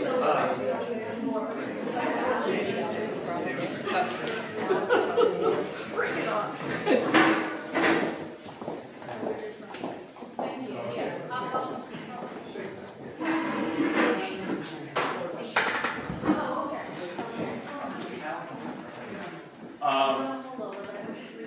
Alan, do you have anyone watching right now? About 100. Yep. Right now, yeah. Yeah. Well, I mean, they're gonna adjust probably, but. Looks like. Oh. If you get down to zero, you can leave. Oh, it just jumped to 9. Oh, that's not. If you get down to zero, sorry. That's up to you, Al. Awesome. If you go down to zero, you can. Awesome. Recording in progress. All right, we're reconvening at 7:40, and at this time we have approval of the April 17, 2023 meeting minutes. Would somebody like to make a motion to approve? Councilman Hart, seconded by. I don't need to be here to vote on any paper towels. Motion by Councilman Hart. What do we got? Still. Oh, seconded by Councilman Bally. Where you spell? Water. Any additions or corrections to the minutes? All those in favor say aye. Aye. Those opposed? There are 7 ayes. We have some decisions on bids. We have the 2nd Street multimodal project bid. Can I speak? Yes. I'm going to turn it over to Shane to explain. So, the South 2nd Street multimodal project, if you recall, we received a sizable grant for that project, and I think to the tune of $575,000. We expected the project cost to be about $850,000. You'll see in one of your tabs, we received 4 bids. One was from Gaber Industries, $586,143. The next one was significantly higher, which was from Marino Corporation at $720,434. And then the H&K Group at $848,408, and Grace Industries at $901,735. We asked, because when I saw this, Gaber Industries, first of all, we've never done business with them that I know of. So my first concern was, wow, they're really far under everybody else. And normally when you see something that is that far under everyone else, they miss something in their bid. That's the first concern that I have. But you'll see a confirmation from them because we had our engineers ask them a number of questions. And you'll see they sent us a letter back, or an email back saying that, nope, they didn't miss anything. They believe strongly in their bid, and that their cost that they're projecting is exactly what it should be. So I hope they didn't miss anything, but we have no reason to say or to disqualify their bid. That's one of the reasons why you have bid bonds and performance bonds and things like that. So my recommendation, because they've confirmed that they didn't make any mistakes in their bid, my recommendation would be to go with Gaber Industries for $586,143. And Shane, what do we know about this company? Anything? There's nothing, so our engineer researched them, they do know who they are. They've done projects with them in the past. There's nothing that disqualifies them or any red flags that we know that would disqualify them. Okay, thank you.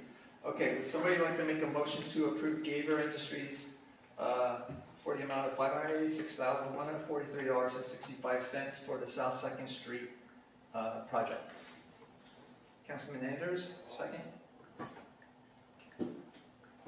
Councilman Dufresne, any more questions or discussion? Councilman Anders? Just because of that price change in the grant, does that allow anything, is there anything that we could be doing?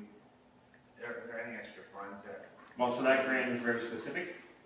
Well, what it does mean though is we're going to be able to free up some of the liquid fuels money that we've been storing to pay as match money for this. So the grant, the overall what we receive in grant reimbursement is going to be less because it's I think 70-30 split. Okay. So they won't give us a full $575,000. It's not a carte blanche grant, but they'll give us 70% of what the project cost is, but it will free up some liquid fuels funds that we'll be able to save for our ongoing road improvement process. Thank you. Councilman Dufresne? This is mostly for Shannon, I guess, the solicitor. A few years ago, I remember we had a little bit of concrete that turned out to not be, real good quality of work. Does the bond cover that also? If this company would come in and do less than quality work? So the answer is, when we look at the bid bond, it usually only addresses the specific materials and the specific construction. It doesn't usually address, like, for example, 5 years down the road, you would still have to sue them because that bond would most likely have dissolved by then. Okay. All right, thank you. Questions, discussion? We have a motion and a second. All those in favor say aye. Aye. Those opposed? There are 7 ayes. Shane, if it's all right, I'm going to combine the next two, the sewer van sale and the dump truck sale. No, you can't. They're two different buyers in the end. Okay, so we'll separate them. Sewer van sale, we had a bid for the sewer camera van for $14,900. Would somebody like to make a motion to accept the bid? Councilman Anders, seconded by Councilman Dufresne. Just, Shane, with sales of these, that income that's from the sale, that will go back to that department, correct? Is that the way we have? Well, so that's how you handled the last one. I would ask that the Budget and Finance Committee have a discussion on how they would handle that. Or you can decide as a council, but normally I think Budget and Finance would discuss that. We haven't had that opportunity because of when the deadline here passed. $14,900, by the way, is an incredible bid price. And the reason is because we left the old sewer camera in there that's no longer used. So whoever bought this, that's what they're going to use it as a private, for their private business is what their goal is probably going to be. Any other questions? All those in favor say aye. Those opposed? There are 7 ayes. We have the 1995 Ford dump truck sale, and there was a bid for $7,450, I believe also more than what we were expecting. So somebody like to make a motion to approve that bid? Councilman Valier, seconded by Councilwoman McManaman. Any discussion or questions? All those in favor say aye. Those opposed? There are 7 ayes. That is all we have on decision on bids. Under communications, we received a letter from the Emmaus Veterans Committee for the Memorial Day Parade and Honor Guard announcement. The Memorial Day Parade is May 29th at 9 a.m. starting at the high school and ends at the Memorial Triangle, followed by the ceremony at the Triangle. And if it rains, do they not have a ceremony in the auditorium? It did not mention that. Yeah, there'll be a small ceremony that they. So if it rains, they'll go just directly to the Memorial Triangle for a small service. Also, May 28th at 8 a.m., starting at Calvary Cemetery, and then proceeding to the other 5 cemeteries, there will be a ceremony and 21 gun salute for each cemetery, I guess. I think they do it at each cemetery. Yeah. So, and I believe Councilwoman McManaman has a communication to bring forward. So. Thank you, Mr. President. We received correspondence from Jean Clark, the president of the Knaus Homestead, wanting us to know that the 3 historic sites have been meeting monthly since the beginning of the year, and their whole goal and vision is that they can work together, possibly have fundraising events, and combine a membership drive and that kind of thing. So I did forward that to all of council. That's great, and I see that they're going to try to combine events, which just makes it more valuable because, well, let's face it, they're in the same ballgame, and they might as well group together and promote it together. So yeah, they do a wonderful third-grade education project together. They'll do Passport to History. Each of the houses will be open, as well as the Founders Day dinner. So yeah, there's quite a few things that they're going to be collaborating on. All right, thank you. Anyone else have a letter to bring forward for communication? All right, hearing none. There's no thorough engineers report, solicitors report. No report, progress. Progress. All right, unfinished business part 1. We have 3 ordinances. All 3 of them are second readings. We had our first reading in the April 3rd meeting.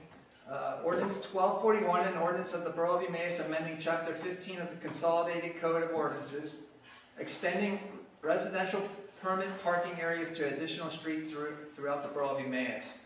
Would somebody like to make a motion to approve ordinance 1241? Councilman Hart, second by Councilwoman McManaman. Any questions on the ordinance? Hearing none, this is a roll call vote. Councilwoman McManaman? Aye. Councilwoman Baumgartner? No. Councilman Andrews? Aye. Councilman Layberg, aye. Councilman Dufresne? Aye. Councilman Hart? Aye. Councilman Valier? Aye. There are 6 ayes and 1 no. Moving on to ordinance 1242, an ordinance of the Borough of Emmaus amending Chapter 15 of the Consolidated Code of Ordinances, extending school zone parking restrictions on portions of Harrison Street, amending 2-hour parking requirements on certain sections of Main Street, and amending disabled parking hours at a portion of North 5th Street. Would somebody like to make a motion to approve ordinance 1242? Councilman Hart, second by Councilwoman McManaman. Any questions or comments on ordinance 1242? Hearing none. Also a roll call vote. Councilwoman McManaman? Aye. Councilwoman Baumgartner? Aye. Councilman Andrews? Aye. Councilman Layberg, aye. Councilman Dufresne? Aye. Councilman Hart? Aye. Councilman Valier? Aye. There are 7 ayes. And our last ordinance on our unfinished business, we have ordinance 1243. An ordinance of the Borough of Emmaus amending Chapter 6 of the Consolidated Code of Ordinances, repealing a section of Part 3, alarms and automatic protection devices, including sections of subsections 6 through 302, subsections 6 through 303, and subsection 6 of 308, to amend sections of the code that are not enforced. Somebody like to make a motion to approve ordinance 1243? Councilman Hart, seconded by Councilman Valiant. Just to mention, this is just correcting language, correct? No. Or, This is to get rid of an archaic requirement to register an alarm system with the borough. thank you. Okay. Any other questions? Roll call vote, Councilwoman McMahon? Aye. Councilwoman Baumgartner? Aye. Councilman Ayers? Aye. Councilman Labor? Aye. Councilman DeFrame? Aye. Councilman Hart? Aye. Councilman Valiant? Aye. There's 7 ayes. Under new business, we have an ordinance for its first reading, and it's ordinance 1244. An ordinance establishing regulations for the sale and use of consumer fireworks within the borough of Emmaus. So, I will turn this, is this Public Safety Committee? I will turn it over to Chairman Hart to explain Very quickly. the updated ordinance. Thank you. Very quickly, in 2017, the Assembly passed an act that permitted commercial fireworks in the Commonwealth of Pennsylvania. I'm sure it had nothing to do with being lobbied by the fireworks industry.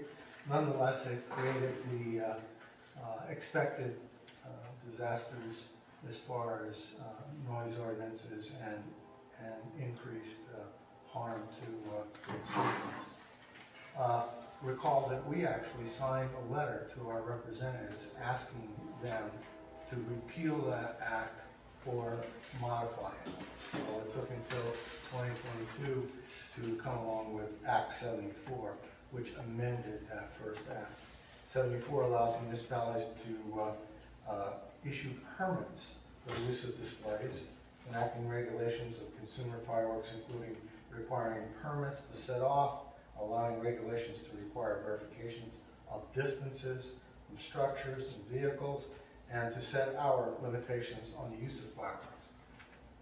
Remember, or you should know, that this act still permits non-permit setting off of fireworks on July 2nd through July 4th, December 31st, Memorial Day weekend, Labor Day weekend, according to the act.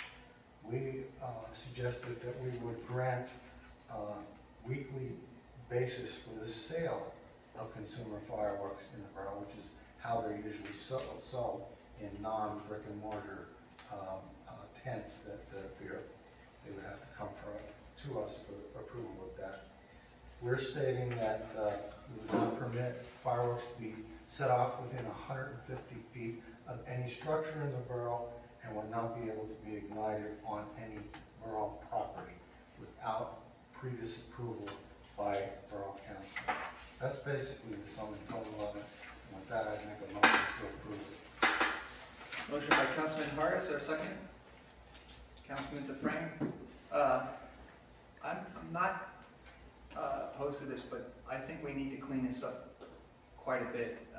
For one, I believe we should have definition of what commercial fireworks are and consumer fireworks, and not only that, the difference between the ones you need a permit for and the ones that you can set off at your house. I think we definitely have to have that. Do we need to do that? Because the Commonwealth we stole the language from Act 74. The Act itself defines what those are. So how does a household, okay, you can buy those packs at Weiss Market, Giant, Walmart, anywhere. Those are not considered commercial fireworks.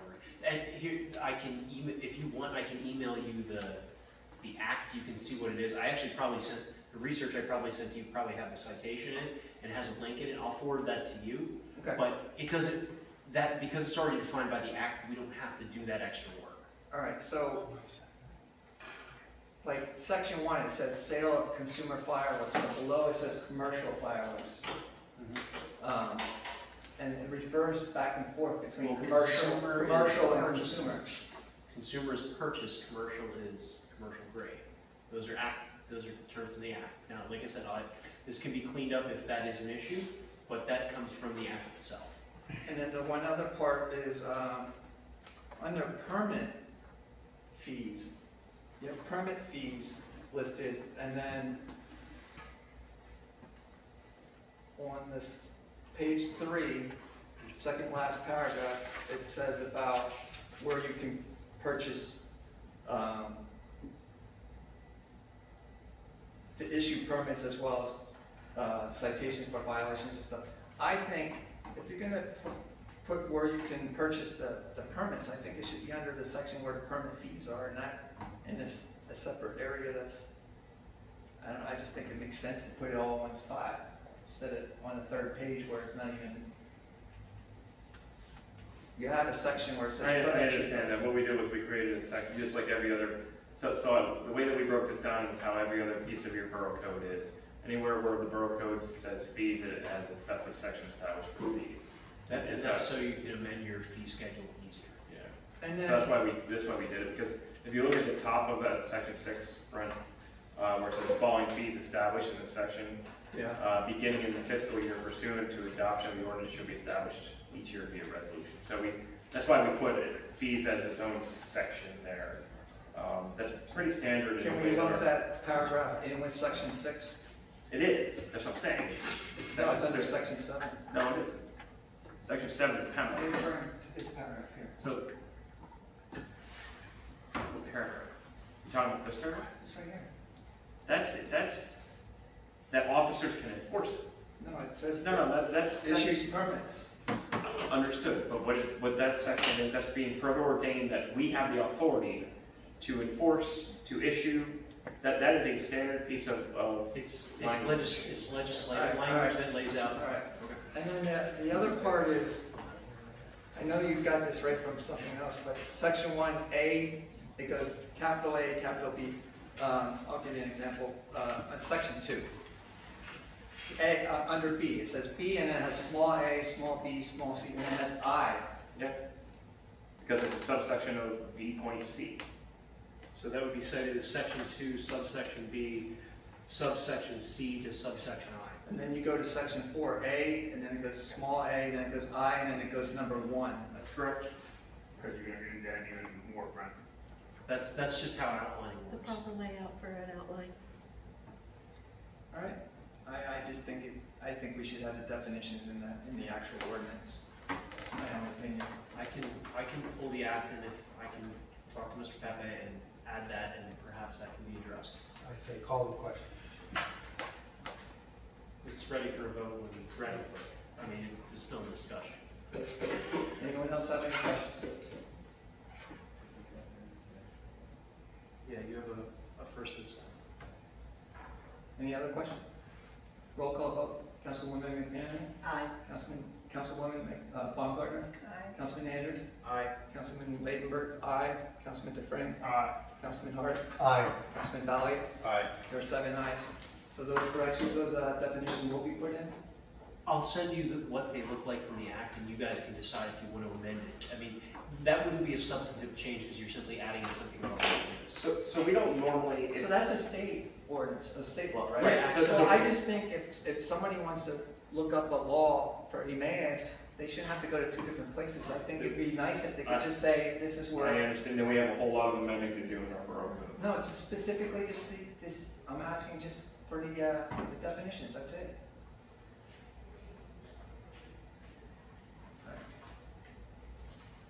Moving on. Before your next council meeting, I'll ask because it's not going to get adopted until June, but I'll ask the Public Safety Committee if they want to add it or not. Under unfinished business part 2, we have nothing. Does anybody have anything to bring forward on items not on the agenda? Hearing none, Mayor's report. Thank you. In your iPads this evening, you will find 2 proclamations. The first one is Proclamation 2023-557, which is in recognition of Police Week. Police Officer Memorial Day is actually May 15th.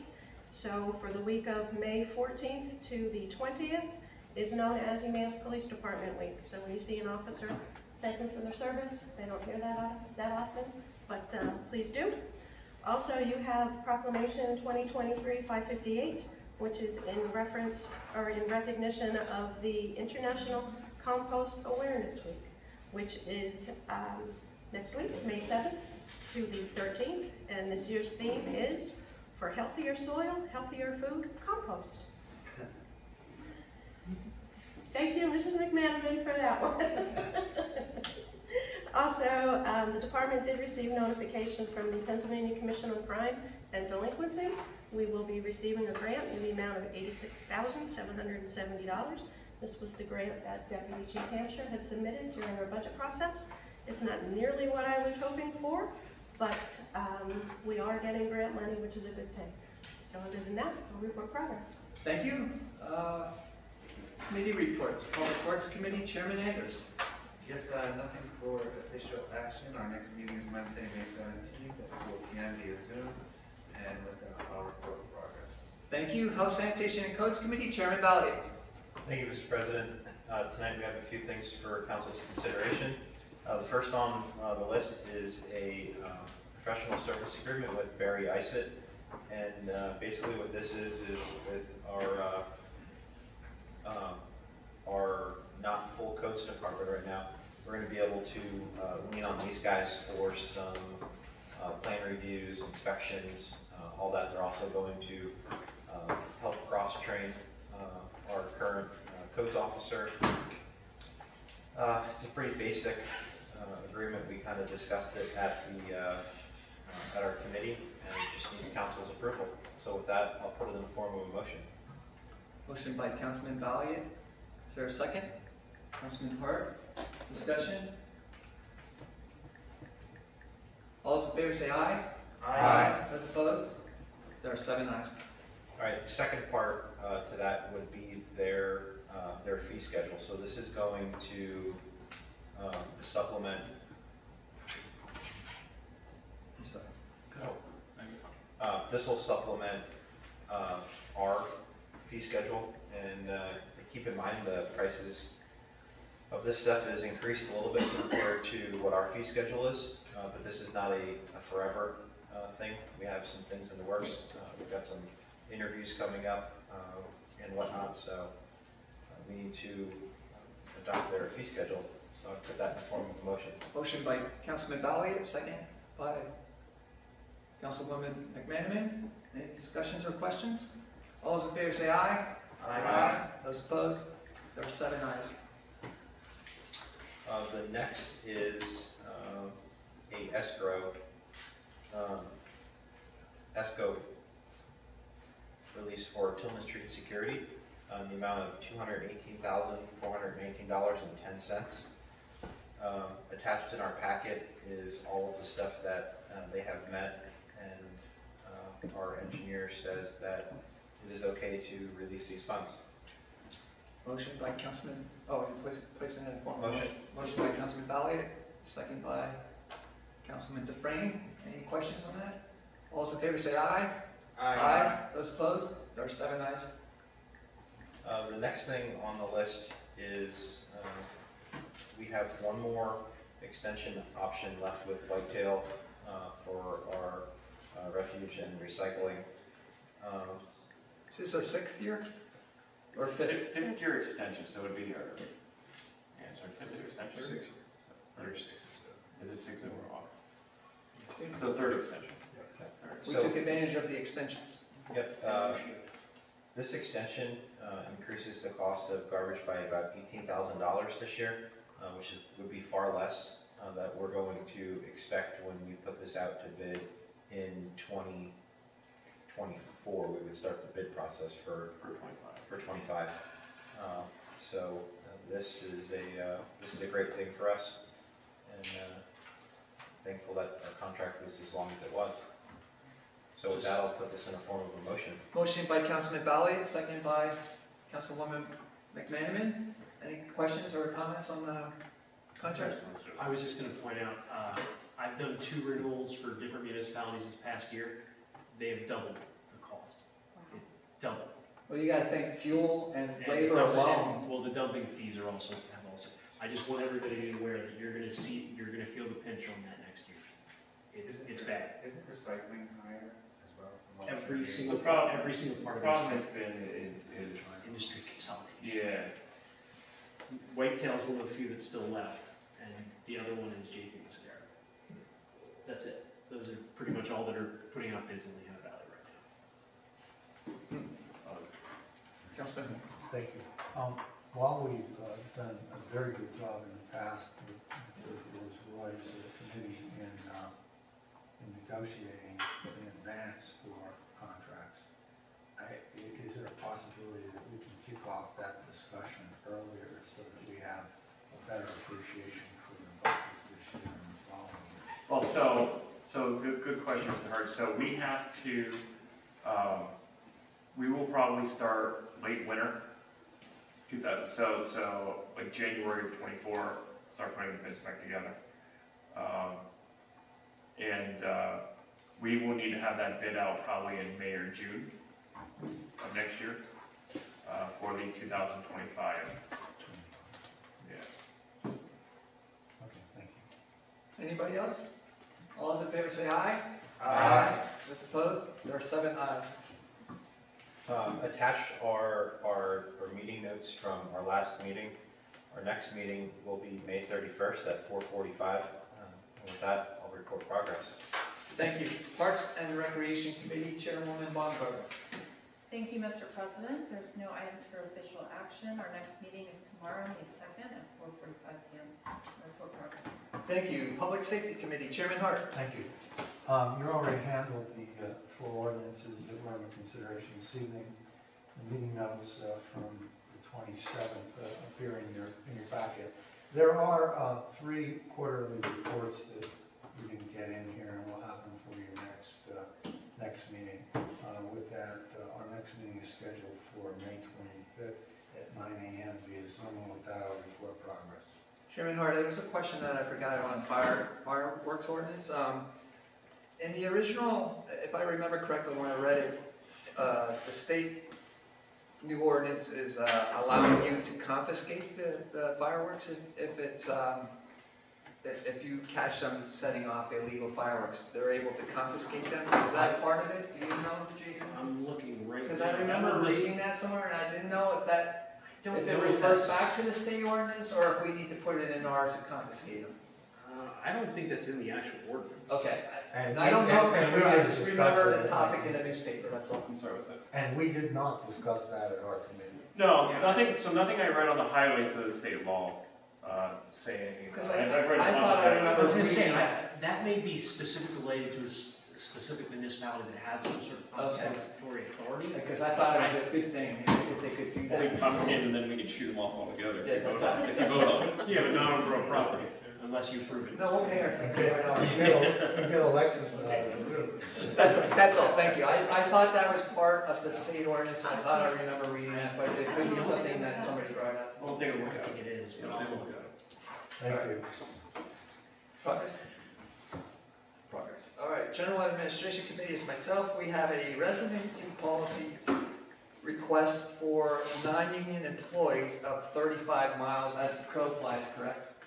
And this would be able to increase the pool for new hires, especially for ambulance and codes department.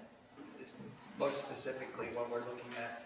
So would somebody like to make a motion to change the residency requirement for non-union employees to 35 miles? Councilwoman Baumgartner, seconded by Councilman Andrews. Any discussion on this? Just to reiterate that this is for non-management, non-union employees. So anybody that's in upper management would still be within the 20. And then the unions, it would be per their collective bargaining agreements, which each of them cites. Thank you. All those in favor say aye. Aye. Those opposed? There are 7 ayes. Our next meeting, I believe, is going to be, oh wait, Budget and Finance is canceled. Correct. Yeah. But GA, you'll have Shanna and Chris here. Are you here, Chris? For what, GA? No. For Thursday. So we won't have a quorum for either one of those 2 meetings. So both budget and finance and, Again, yeah. okay, no problem. It's canceled. I report progress. Shane's disappointed. Budget and Finance Committee Chairman DeVries. Thank you, Mr. President. All right, our action item tonight is Resolution 2023-17, resolved by Borough Council to authorize payment of the May 1st, 2023 bill list as follows. Bill list $1,065,212.53. Payroll number 8, $188,287.32. Payroll taxes, $60,896.74 for a total of $1,314,396.59 done this 1st of May 2023, and I put that in the form of a motion. Motion by Councilman Dufresne, is there a second? Councilman Balliet? Any questions on the bill list? All those in favor say aye. Those opposed? There are 7 ayes. You can see the significant revenue and expenses in there. So as we just said, our Thursday meeting's canceled, so our next meeting would be Thursday, May 18th at 11 a.m. via Zoom progress. Thank you. Community Relations Planning and Development Committee Chairwoman McMahon. Thank you, Mr. President. Nothing for official action this evening. Our last meeting notes are attached. I would like to highlight that we are going to be working on updating the progress with the Vision 2030, and that will include project updates and goals and an implementation plan towards the vision. Also like to thank Mrs. Jared Eden for all of her amazing work burning the midnight candles with staff with the borough website. It looks great and it will only get better. So MASPA.gov. And our next meeting is Monday, May 22nd at 4:30 via Zoom. We report progress. Thank you. Your email addresses are also emaspa.gov, by the way. You can still have the long one, it'll still go to it, but emaspa.gov is now the underlying. And so when somebody says, what's your work email? You don't have to tell me another piece of paper. It's hard, it would be hard at emaspa.gov. And that's without our first initial. Correct. MASPA.gov, no dots in there between MAS and PA. No. Okay. And no initial for your, Correct. okay, thank you. It doesn't change your login. Your login requirements are different. That's why you're asking about the initial. But both will work. Or Both one will work. All Both that will work. Okay. Under boards and commissions, you have 3 sets of either reports or meeting minute notes. Which leads us to personal appeals part 2. Does anyone have a personal appeal? Hearing none. Is there anyone online yet?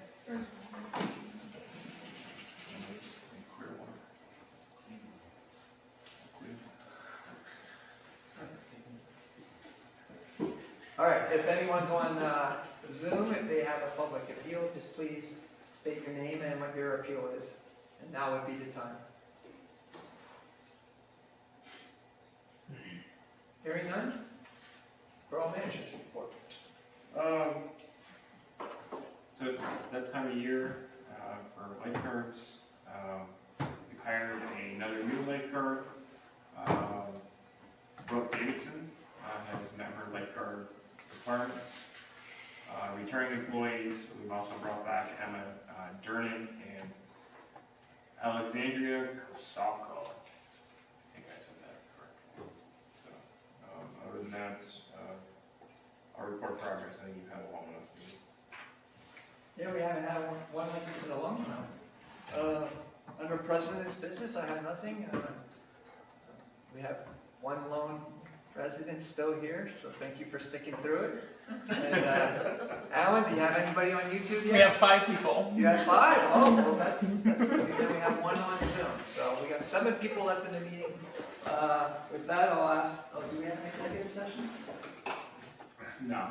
No? No. I like the sound of that. We're good. All right, motion to adjourn.